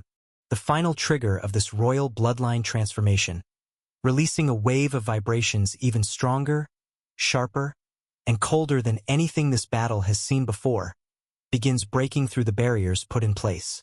Everyone in the stands below knows of the battle taking place, but very few are strong enough to have the mental capacity for understanding exactly how powerful and deadly the wave of energy that is threatening to break through and wash through them would be. It would be horrific. If one's avatar somehow did not get shredded to microscopic pieces from the impact of the shockwave alone, their mind would be scrambled and melted beyond saving. Only a handful of the elites in the crowd of hundreds of millions even have the perception and mental processing speed to see in real time that the white barriers below them are even cracking. One elite in particular finally gives in and mentally submits to a link of loyalty to the rising emperor in order to break out of their chains. It is an elegant griffin that has stubbornly waited, even after the convincing words of the human posing as a demon, or the actions of the goblin queen that has freed over 100 million lords, and even the small white-haired humanoid creature working with them that does not give off the same vibrations as any race this griffin has met in the past. The prideful half-lion, half-eagle was content to watch the realm go up in chaos around him, rather than be tricked into submitting to a demon in disguise. Yet now, it appears the best option to not die in the next few seconds. Deep down, this monster from the star system of elites in the lower realm hopes everything this human says is true. For tens of thousands of years, it's watched more and more first-class and near-maturity noble-grade worlds be systematically taken over by the demons. Their forces have been dwindling, and at the same time, the demons have only become stronger and more sophisticated. A bright burst of white-hot energy bursts out from the stands as the griffin joins the worldwide connectivity system, has its avatar rewired, and is able to break free of this suppression. It jumps upward while activating its greater energy form and path's vibrational aura to its max. The beautiful creature flies upward, past all of the other lords attempting to fly away as well, just far faster. This monstrous force is stronger than any of the Obsidian Clan berserkers. They would have won the entire arena event if the Rising Emperor did not participate after all. It makes it out of the large hole in the top of the dome to breathe a breath of fresh air, but sees the clash of a noble demon and a goblin queen just above it. Many others trying to make their way upward and escape certain death are too suppressed by the shockwaves coming off this clash in the sky. Though one lord does not try to run at all. Run is having flashbacks of a time far too long ago, on a home world that has been taken over and long forgotten by time. Only a small few in the dark blue zones and above even remember its name. A bright white elven energy form made from light magic and the vibrations of a noble elven path leaks out, and this old soul lifts their hands in the air, letting them glow white with ether. The elf remembers the last time they used this technique. Everyone died anyway, but they have no choice but to try again. Ren's hands are thrust downward once they reach their full luminosity, and burst outward with a hot white array of ether and light-imbued soul energy. It spreads downward in an upside-down dome shape, creating a layer of energy that grows and expands over the last layer of suppression commands made by this citadel. The small elf is nowhere near strong enough to pull off this feat. In fact, in a one-on-one fight against some of the elite berserkers, golems, mammoths, and mantis lords that are flying upward to escape, they probably wouldn't win. Yet, through the cracks that are forming in these defenses, the elf feels the presence of something millions of kilometers below, clashing deep down at the bottom of the realm beneath the citadel. The rising emperor was telling the truth. The fallen one has returned, so they must survive one last time. The cause of this massive increase in aura may be intense to those above, or even outside the citadel, but they are the most terrifying to me. My eyes widen at the absurd power surging outward from this demon. My last defensive array shattered again while watching the final buff, Royal Bloodline Transformation, activate on its status, and I'm blown flying backward again across the entire Grand Citadel. Massive cracks in the wilderness have made it lopsided, and as I fly over it again I absorb even more, breaking all of the commands keeping it together and growing my astral form. I surge up to 500 kilometers tall, and my ether pools have over tripled since the start of this battle. My soul sword's appetite is being fed, as enormous amounts of the citadel are being consumed and the amount of blade copies I can summon, along with their strength, is increasing. My links of loyalty are skyrocketing as well. Millions more worlds come flowing in every millisecond. In fact, my levels even start rising. The threshold of hitting 100 million worlds has given my generals a new perk, and thousands of levels worth of experience is surging into me, and not stopping. Even with all of these massive simultaneous power increases surging through me, the red and purple energy surging outward from Muriel's eyes makes me shiver with fear. Even over 500,000 kilometers away, as I watch him follow after me, I can still feel the activation of this power surging through the entire citadel and far beyond. It feels like cold shadows are surging out, vibrating with a foreign energy more powerful than I ever believed possible. as the tendrils of corruption surging out from his back begin to be flooded with this new frequency of vibrations. I even see the monster's flesh growing and its muscles bulging outward.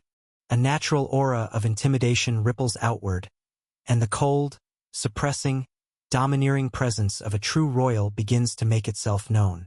It almost knocks the breath out of me when the first shockwave of its presence hits my body and ripples through not only my cores, but my psyche. I feel the purple ring tremble on my finger, and my system flicker off and on. I only remember feeling this way 2 times before. The first being my first interaction with a noble demon, Draco Vermilion, out in the desert of the Dark Continent on the human world. The second being when I answered a call from Muriel Vermilion when I first reached the upper realm, and felt his high noble vibrations when I first used my noble body. I feel inexperienced and weak. There is a creature before me, a full path realm above these high noble vibrations. I thought they were my trump card, but in the face of this monstrosity, I see the difference is still as vast as a 5th-class lower race to a noble demon. Not to mention it is using celestial energy and a corruption armor that disintegrates anything that touches it. I can kind of defend, but whenever I truly try to plunge my sword into this dangerous black liquid, it just begins tearing my soul sword's ability to access the system away. Muriel Vermilion is a true monster. He is a royal family head. One of 5, in fact. A demon that is trusted to guard and rule over an entire zone of the upper realm. Maybe the fact that I was able to move around without being detected wasn't entirely because he was a thoughtless demon blinded by pride. It could be because no matter what happens or who betrays him, he is quite literally too strong to care. My eyes open wide as I try to change my momentum and watch the black, red, and purple demon's corruption tendrils around him grow larger with his body. Keeps getting more massive, and the cold aura continues getting stronger. This is all happening so fast, and the scale at which he is growing in size and strength is unbelievable. The demon matches my size, 500 kilometers, then passes it with ease. He grows to 1,000 kilometers toe to horn just as fast. He lets out a loud, low, and anger-filled laugh. The cracks in the citadel grow larger and more destructive. Then he surpasses 2,000 kilometers. The entire outside of the citadel shatters, my system flickers more and more, and I slip in and out from trying to keep my consciousness from being torn from me. My level surges upward a few thousand between every flicker. I catch a few readings at LV. 56,992, then LV. 61,728, and LV. 68,340. Passes 70,000, but I can't continue keeping track. There are still 20% of stats being used by my generals that I can steal from right now, but I know that they're in just as important battles as me at the moment. I need to hold on. Just a little longer. I grit out, summoning walls and walls of soul swords, along with elemental magic, mana manipulation, and every mass summoning true core ability I have in my mental capacity. This is because the demon on the other side of the citadel does not stop growing in size and power. Muriel passes 4,000, then 6,000, even 7,500 kilometers, becoming a truly unfathomable shadowy cold, long-horned force of dominance. His laughs feel like they're blaring deep into my eardrums, shaking the entire Grand Citadel, despite the fact that he's still 300,000 kilometers away. I watch a single one of his tens of thousands of tendrils of corruption come flying down at me, able to attack even from this distance. It slams against the massive defensive wall I created in preparation for a direct attack when he actually got over here. Yet it's not even necessary. The layers of pure mana, soul energy, water, earth, fire, ice, wind, lightning, metal, dark, light. Even gravity from manipulated layers of thick divine threads. That, and over 45,000 soul swords, and the strongest hexagonal defensive array I've ever summoned. It's all shattered like frail glass. An explosion of my defenses erupts into the air, but the coiling tendril of corruption, over 100 kilometers thick, smashes through without any noticeable damage. It collides with my true soul sword at the back of the array and pushes it aside despite pushing back with all my strength. The tendril of corruption crashes against my chest. This exosuit of green armor is created from layers of citadel mass, 50% of the inner city, and over 15% of the wilderness, all layered and compacted together to strengthen my astral form. Yet, they are no match for the impossibly cold royal vibrations surging through this corruption. On contact, the flickering system goes dark, and I'm slammed downward, making a human-shaped hole in the citadel floor, creating an explosion so massive that a sizable chunk of the citadel side is blown off. I'm sent flying downward through the dense citadel mass. My flickers of reality become far less consistent. The next visuals I see are of even more corruption tendrils following me downward, and my level continuing to rise a few thousand. The small increases in power are not going to be enough to face off against this monstrous force. Before I'm knocked out and lose access to the system again, I activate Mind Palace. Chapter 859. I've used this skill a few times before, so when my perception of reality around me starts to slow down to a halt, and the majority of my active mind sinks deep into my consciousness, I'm not alarmed. In the past, the activation of Mind Palace created a mental construct that looked like a small white throne and a library with neatly ordered books throughout a few dozen long rows. When I would walk down the rows and touch each book, it was like all of my system information, past battles, techniques, and experiences from the day I awakened my system up until I activated the skill were all laid out in front of me in a perfectly digestible and orderly fashion. My brain's processing speed drastically increases, and my ability to move my body or even activate skills or abilities on the outside comes near to a full stop. A majority of my mind and energy is solely focused on the memories of the past. This is what I remember the skill being like. However, it's being powered by far more energy than ever before. My true green core is nearly saturated. Every single one of my energy forms is being used. My high noble form is vibrating at its maximum capacity. And to top things off, there are far more memories tucked away deep in my mind that aren't all entirely my own. When I come to in my mind palace, I stand up from a massive marble sparkling and dazzling seat.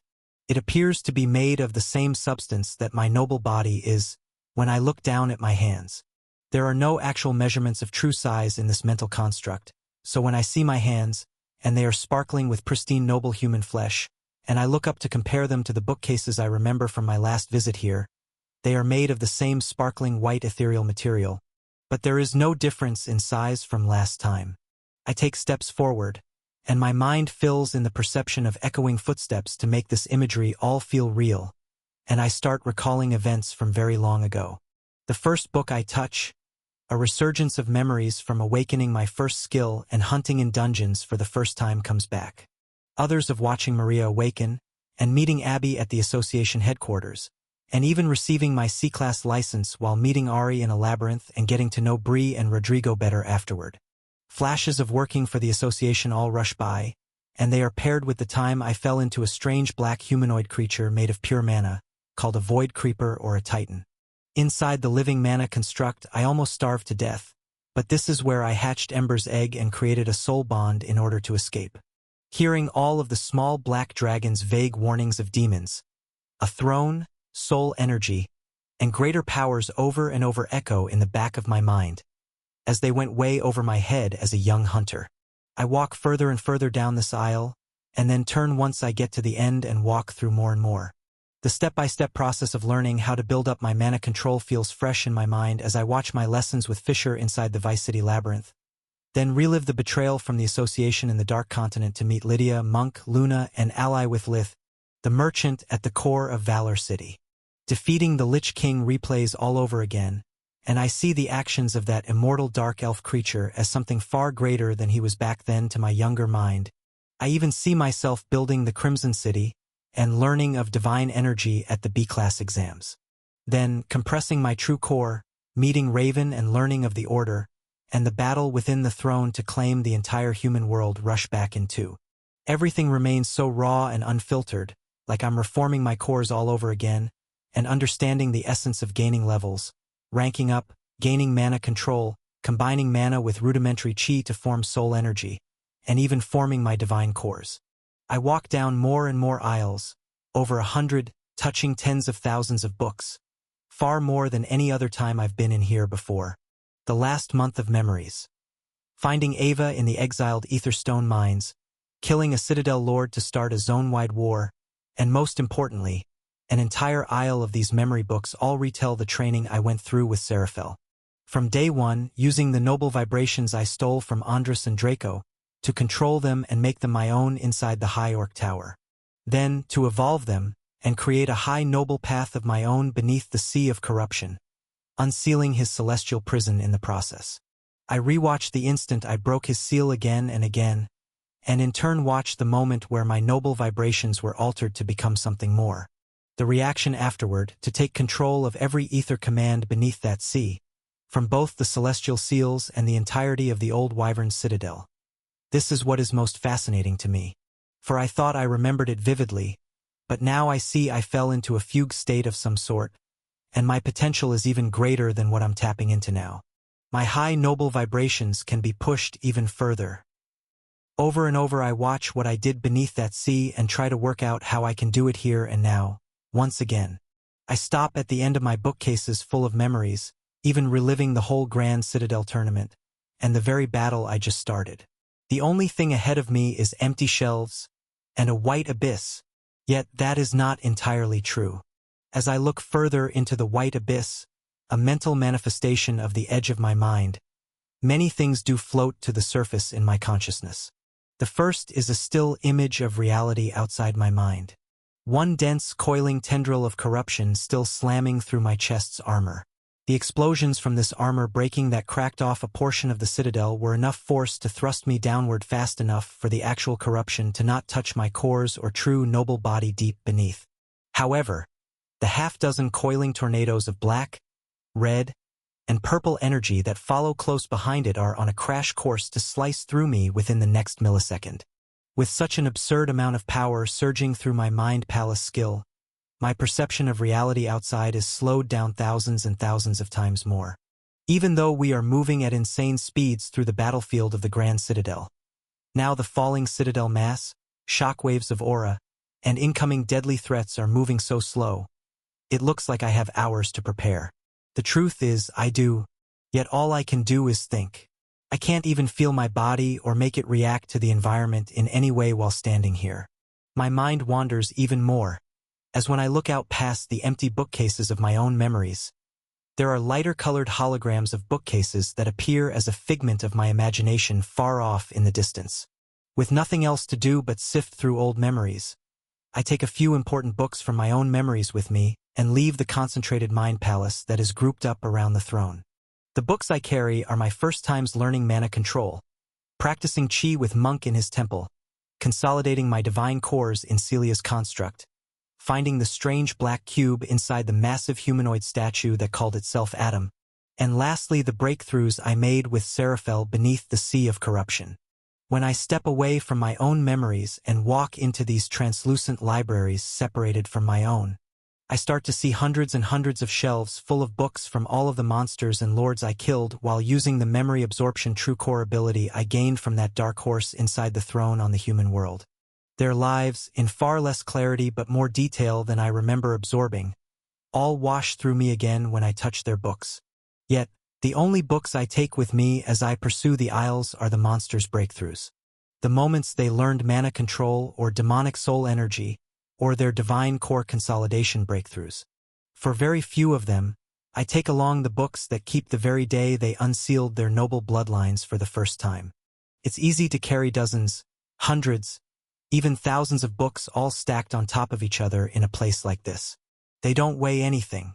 Gravity won't make them sway side to side unless I make it. It's all a construct within my imagination to help me organize my thoughts. I relive all of these breakthrough moments over and over. Many minutes are passing, maybe even half an hour. It's hard to keep track. I begin to get lost in the euphoric feelings of these many lives I sift through, mostly of demonic beasts I killed on the mountain below Ellipsia. Yet, my concentration is somehow interrupted.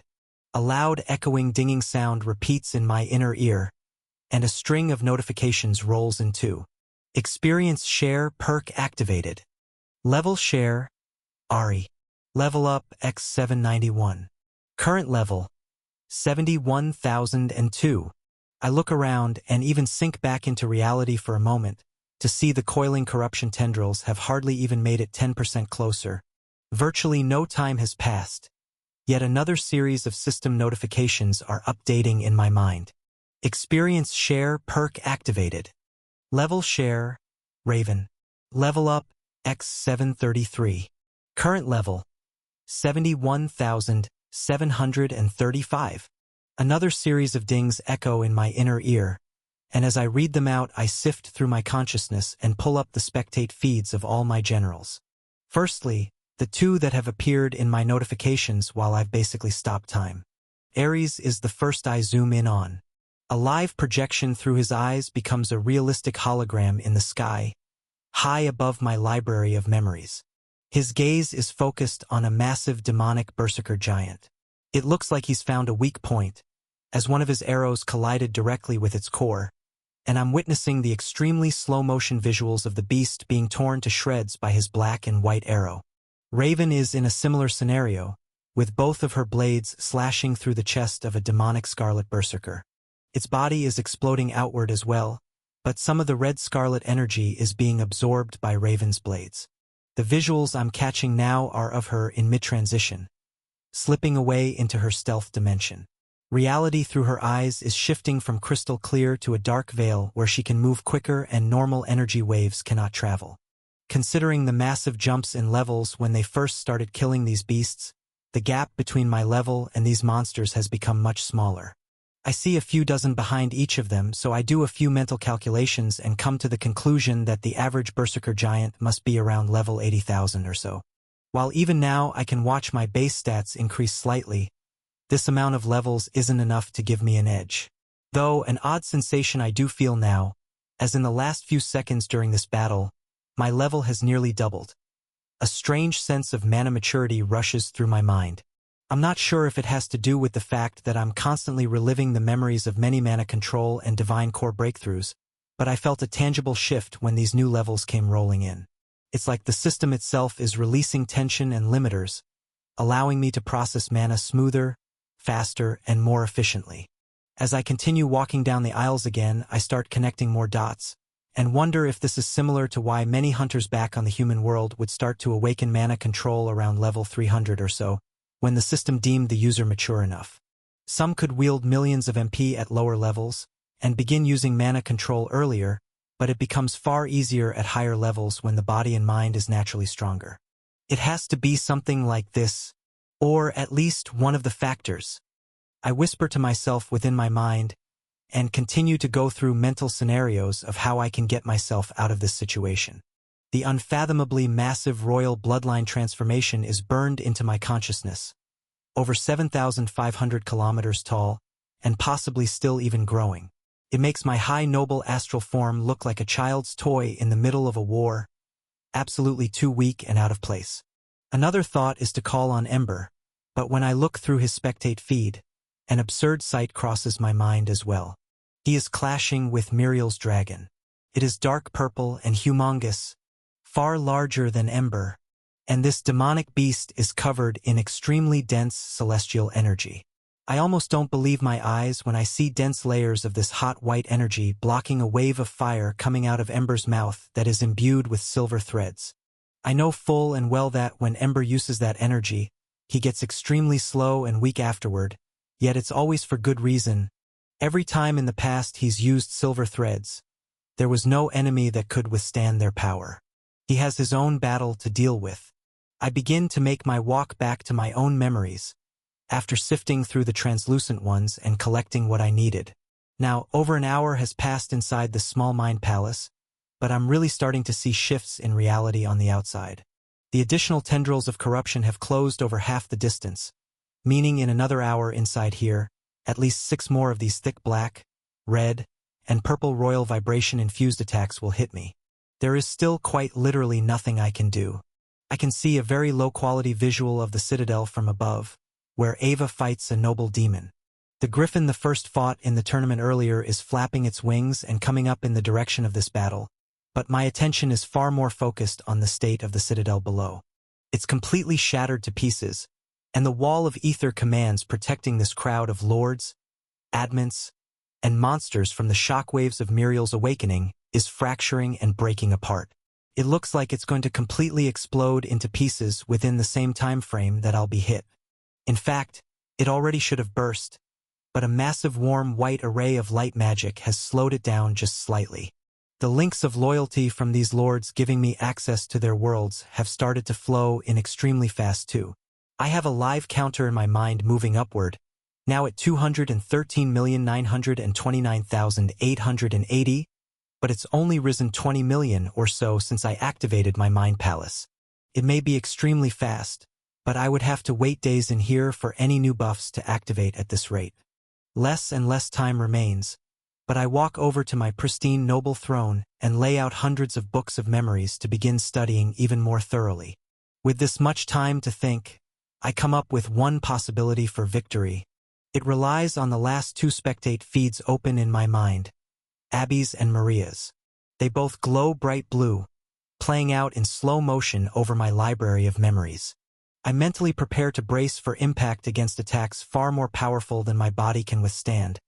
As it seems inevitable, I'll be hit again. Chapter 860. Time passes, and the collection of memories lay open all around me. From all of the most intense breakthroughs, epiphanies, and energy consolidation moments from my own life and many other monsters. I relive them over and over, and the coiling tendrils of corruption keep getting closer to me in reality outside. Abby and Seraphel land two devastating blows on the demonic wyvern they face, and Maria's spectate feed through her eyes is live in my mind as well. It makes me inwardly smile. Her greater angelic form is beautiful, and the dominance she's exuding on the realm around her is quite astonishing. I can't feel everything she's feeling, nor comprehend where this ability is coming from, but an aura of near unlimited power is coming from the black void in her chest. Everything around her, for over 2 million kilometers, is frozen under her control, and the divine energy has been siphoned into her body. She's moments away from killing a high noble demon over 3 times her level, with tens of thousands of years' worth of experience. The crystalline sword she carries pushes rainbow source resin through her energy form as well, strengthening it and mutating it in ways I don't understand. All I do know is, in this moment, it looks like she might even be surpassing me in raw power and potential. The soul bond between Abby and Seraphel is unexpected as well, as their rise in power is impressive, and the celestial energy running through their bodies and invigorating each other pushes them to a new extreme to take on a peak-tier high noble as well. Though it's different. Looking at their bond, I feel concrete limits to their power and potential. Staring into the slow-motion energy of the angelic ice goddess, I can't calculate, or even properly speculate how far she can push this awakening. While all of these events happen in real time, in slow motion, there is nothing I can do about them but use what I see as even more study material. While I cannot logically understand Maria's new powers, and I can't fully perceive the celestial energy activation taking place in Abby and Seraphel's greater forms, I still have a close-up view with large amounts of emotional and physical data to add to my subconscious. At least, this is what I tell myself as I fall into a state of total relaxation, watching my generals slowly move, while my most extreme memories repeat over and over, and the tornadoes of deadly black corruption come my way. The inevitable outcome arrives. I'm struck by 6 more corruption attacks. It happens so slowly that I don't even feel pain. The remaining layers of armor made from Citadel mass, and my own aura, defensive true core skills, and energy layering are torn through like multiple metal bats through wet paper mache. The cold royal vibrations are so absurdly strong that they suppress everything that comes in contact with them, and the black corrosive corruption liquid being empowered by these vibrations seeps into whatever it touches, disintegrating it, consuming it, and adding it to its black oily mass. Even the sparkling celestial energy in these tendrils is too strong for me to fathom, holding it all together with glue tighter than anything I can summon as a defense. 4 of the tendrils hit my limbs directly. Another lands straight into my face, while the last crosses over to push the coil that already struck me through my chest and abdomen to create an X pattern. My astral form, greater form, entire being is crushed and shattered. The brutal attacks are reflected onto my real body, as these energy forms are manifestations of my soul. My entire body is torn to shreds, shattered, absorbed, and the cold sinking feeling of my flesh being destroyed and devoured slowly sinks into my consciousness. My instincts all push the ether, soul energy, divine threads, and high noble vibrations to sink toward the center of this attack. It surrounds my three cores: a dense red and white soul energy core, a shimmering white and green divine energy core, and a dark black and purple demon lord's core. A divine purple ring artifact acts on its own, swimming through my energy pathways to create a protective barrier around these three cores. But even this only protects against physical attacks. Vibrations and pure ether attacks can still push through it. Yet, the force of the destruction and focus of energy is enough to keep me from instantaneously dying.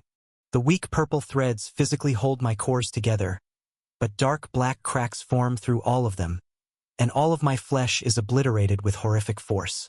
The shockwave breaks off an even larger chunk of the citadel, making the massive floating orb in the sky shatter into pieces, and plunges what's left of me downward into the green clouds. The last thing I see before my vision is covered in darkness is hundreds more of these coiling tendrils falling down toward me to finish what this brutal attack started. In slow motion, it's hard to totally conceptualize everything that is happening outside, but the low tone that slowly shifts, blaring in my energy senses, seems to be Muriel's laugh still echoing through the citadel. Despite the destruction of my body, I am still sat in a calm state on the pristine noble throne within my mind palace. I already predicted this exact outcome and came to terms with it hours ago. The dinging sounds, system notifications, and spectate feeds of my generals are far more of my focus. Raven has slipped fully into her stealth dimension again and moved onto the next berserker, while Ares' arrow managed to blast through the berserker he shot earlier and kill another behind it. The linked worlds has even risen to 289,605,334, while falling through the fragments of a massive citadel toward the violent battle of two massive dragons at the bottom of the realm, and a demon hundreds of times stronger than me following me downward. This looks like certain doom, but my mind is still calm. The royal vibrations that seep into my cores through the dark cracks also seep into my mind. Above me, around me, even through the floors of the massive pristine library I watch over, there are dark red, black, and purple cracks forming. The room itself is shaking, and the bookcases all seem much further away than they were before I was hit. Yet, the books I collected, and continue to sift through, glow brighter and brighter, and become far more profound the more times I look through the memories stored in them. The level-ups that slowly surge into me make the books glow brighter, and even the new worlds that give me more power to borrow bring me closer and closer to a strange sensation. It feels like an inevitable breakthrough, just out of reach, the mind palace around me shaking and even a few bookcases falling over, fades from my perception as I focus even deeper. In this moment, at the forefront of all of the generals' minds, they feel the rising emperor's soul pulse with horrific pain. The compacted information of all of the memories being consumed over and over within the mind palace is impossible to transmit in a digestible fashion. So, instead it's sent through the system as extremely hot compacted white energy that becomes denser and hotter with every passing fraction of a millisecond. Not only that, but visuals of what is happening and a live view of the vital stats are fluctuating on mental feeds. To add to the chaos, the unsealing of a royal-grade bloodline has caused the entire green zone of the upper realm to shudder. A domineering cold aura can be felt blasting out from the sides and bottom of the Grand Citadel, traveling tens of millions of kilometers instantaneously. It adds even more fuel to the flames of battle. Everyone knows the next few moments are vital for the outcome of this entire war. The rising Emperor's cores are blasted downward into the endless green clouds of the upper realm below the Citadel, and the generals make their final moves.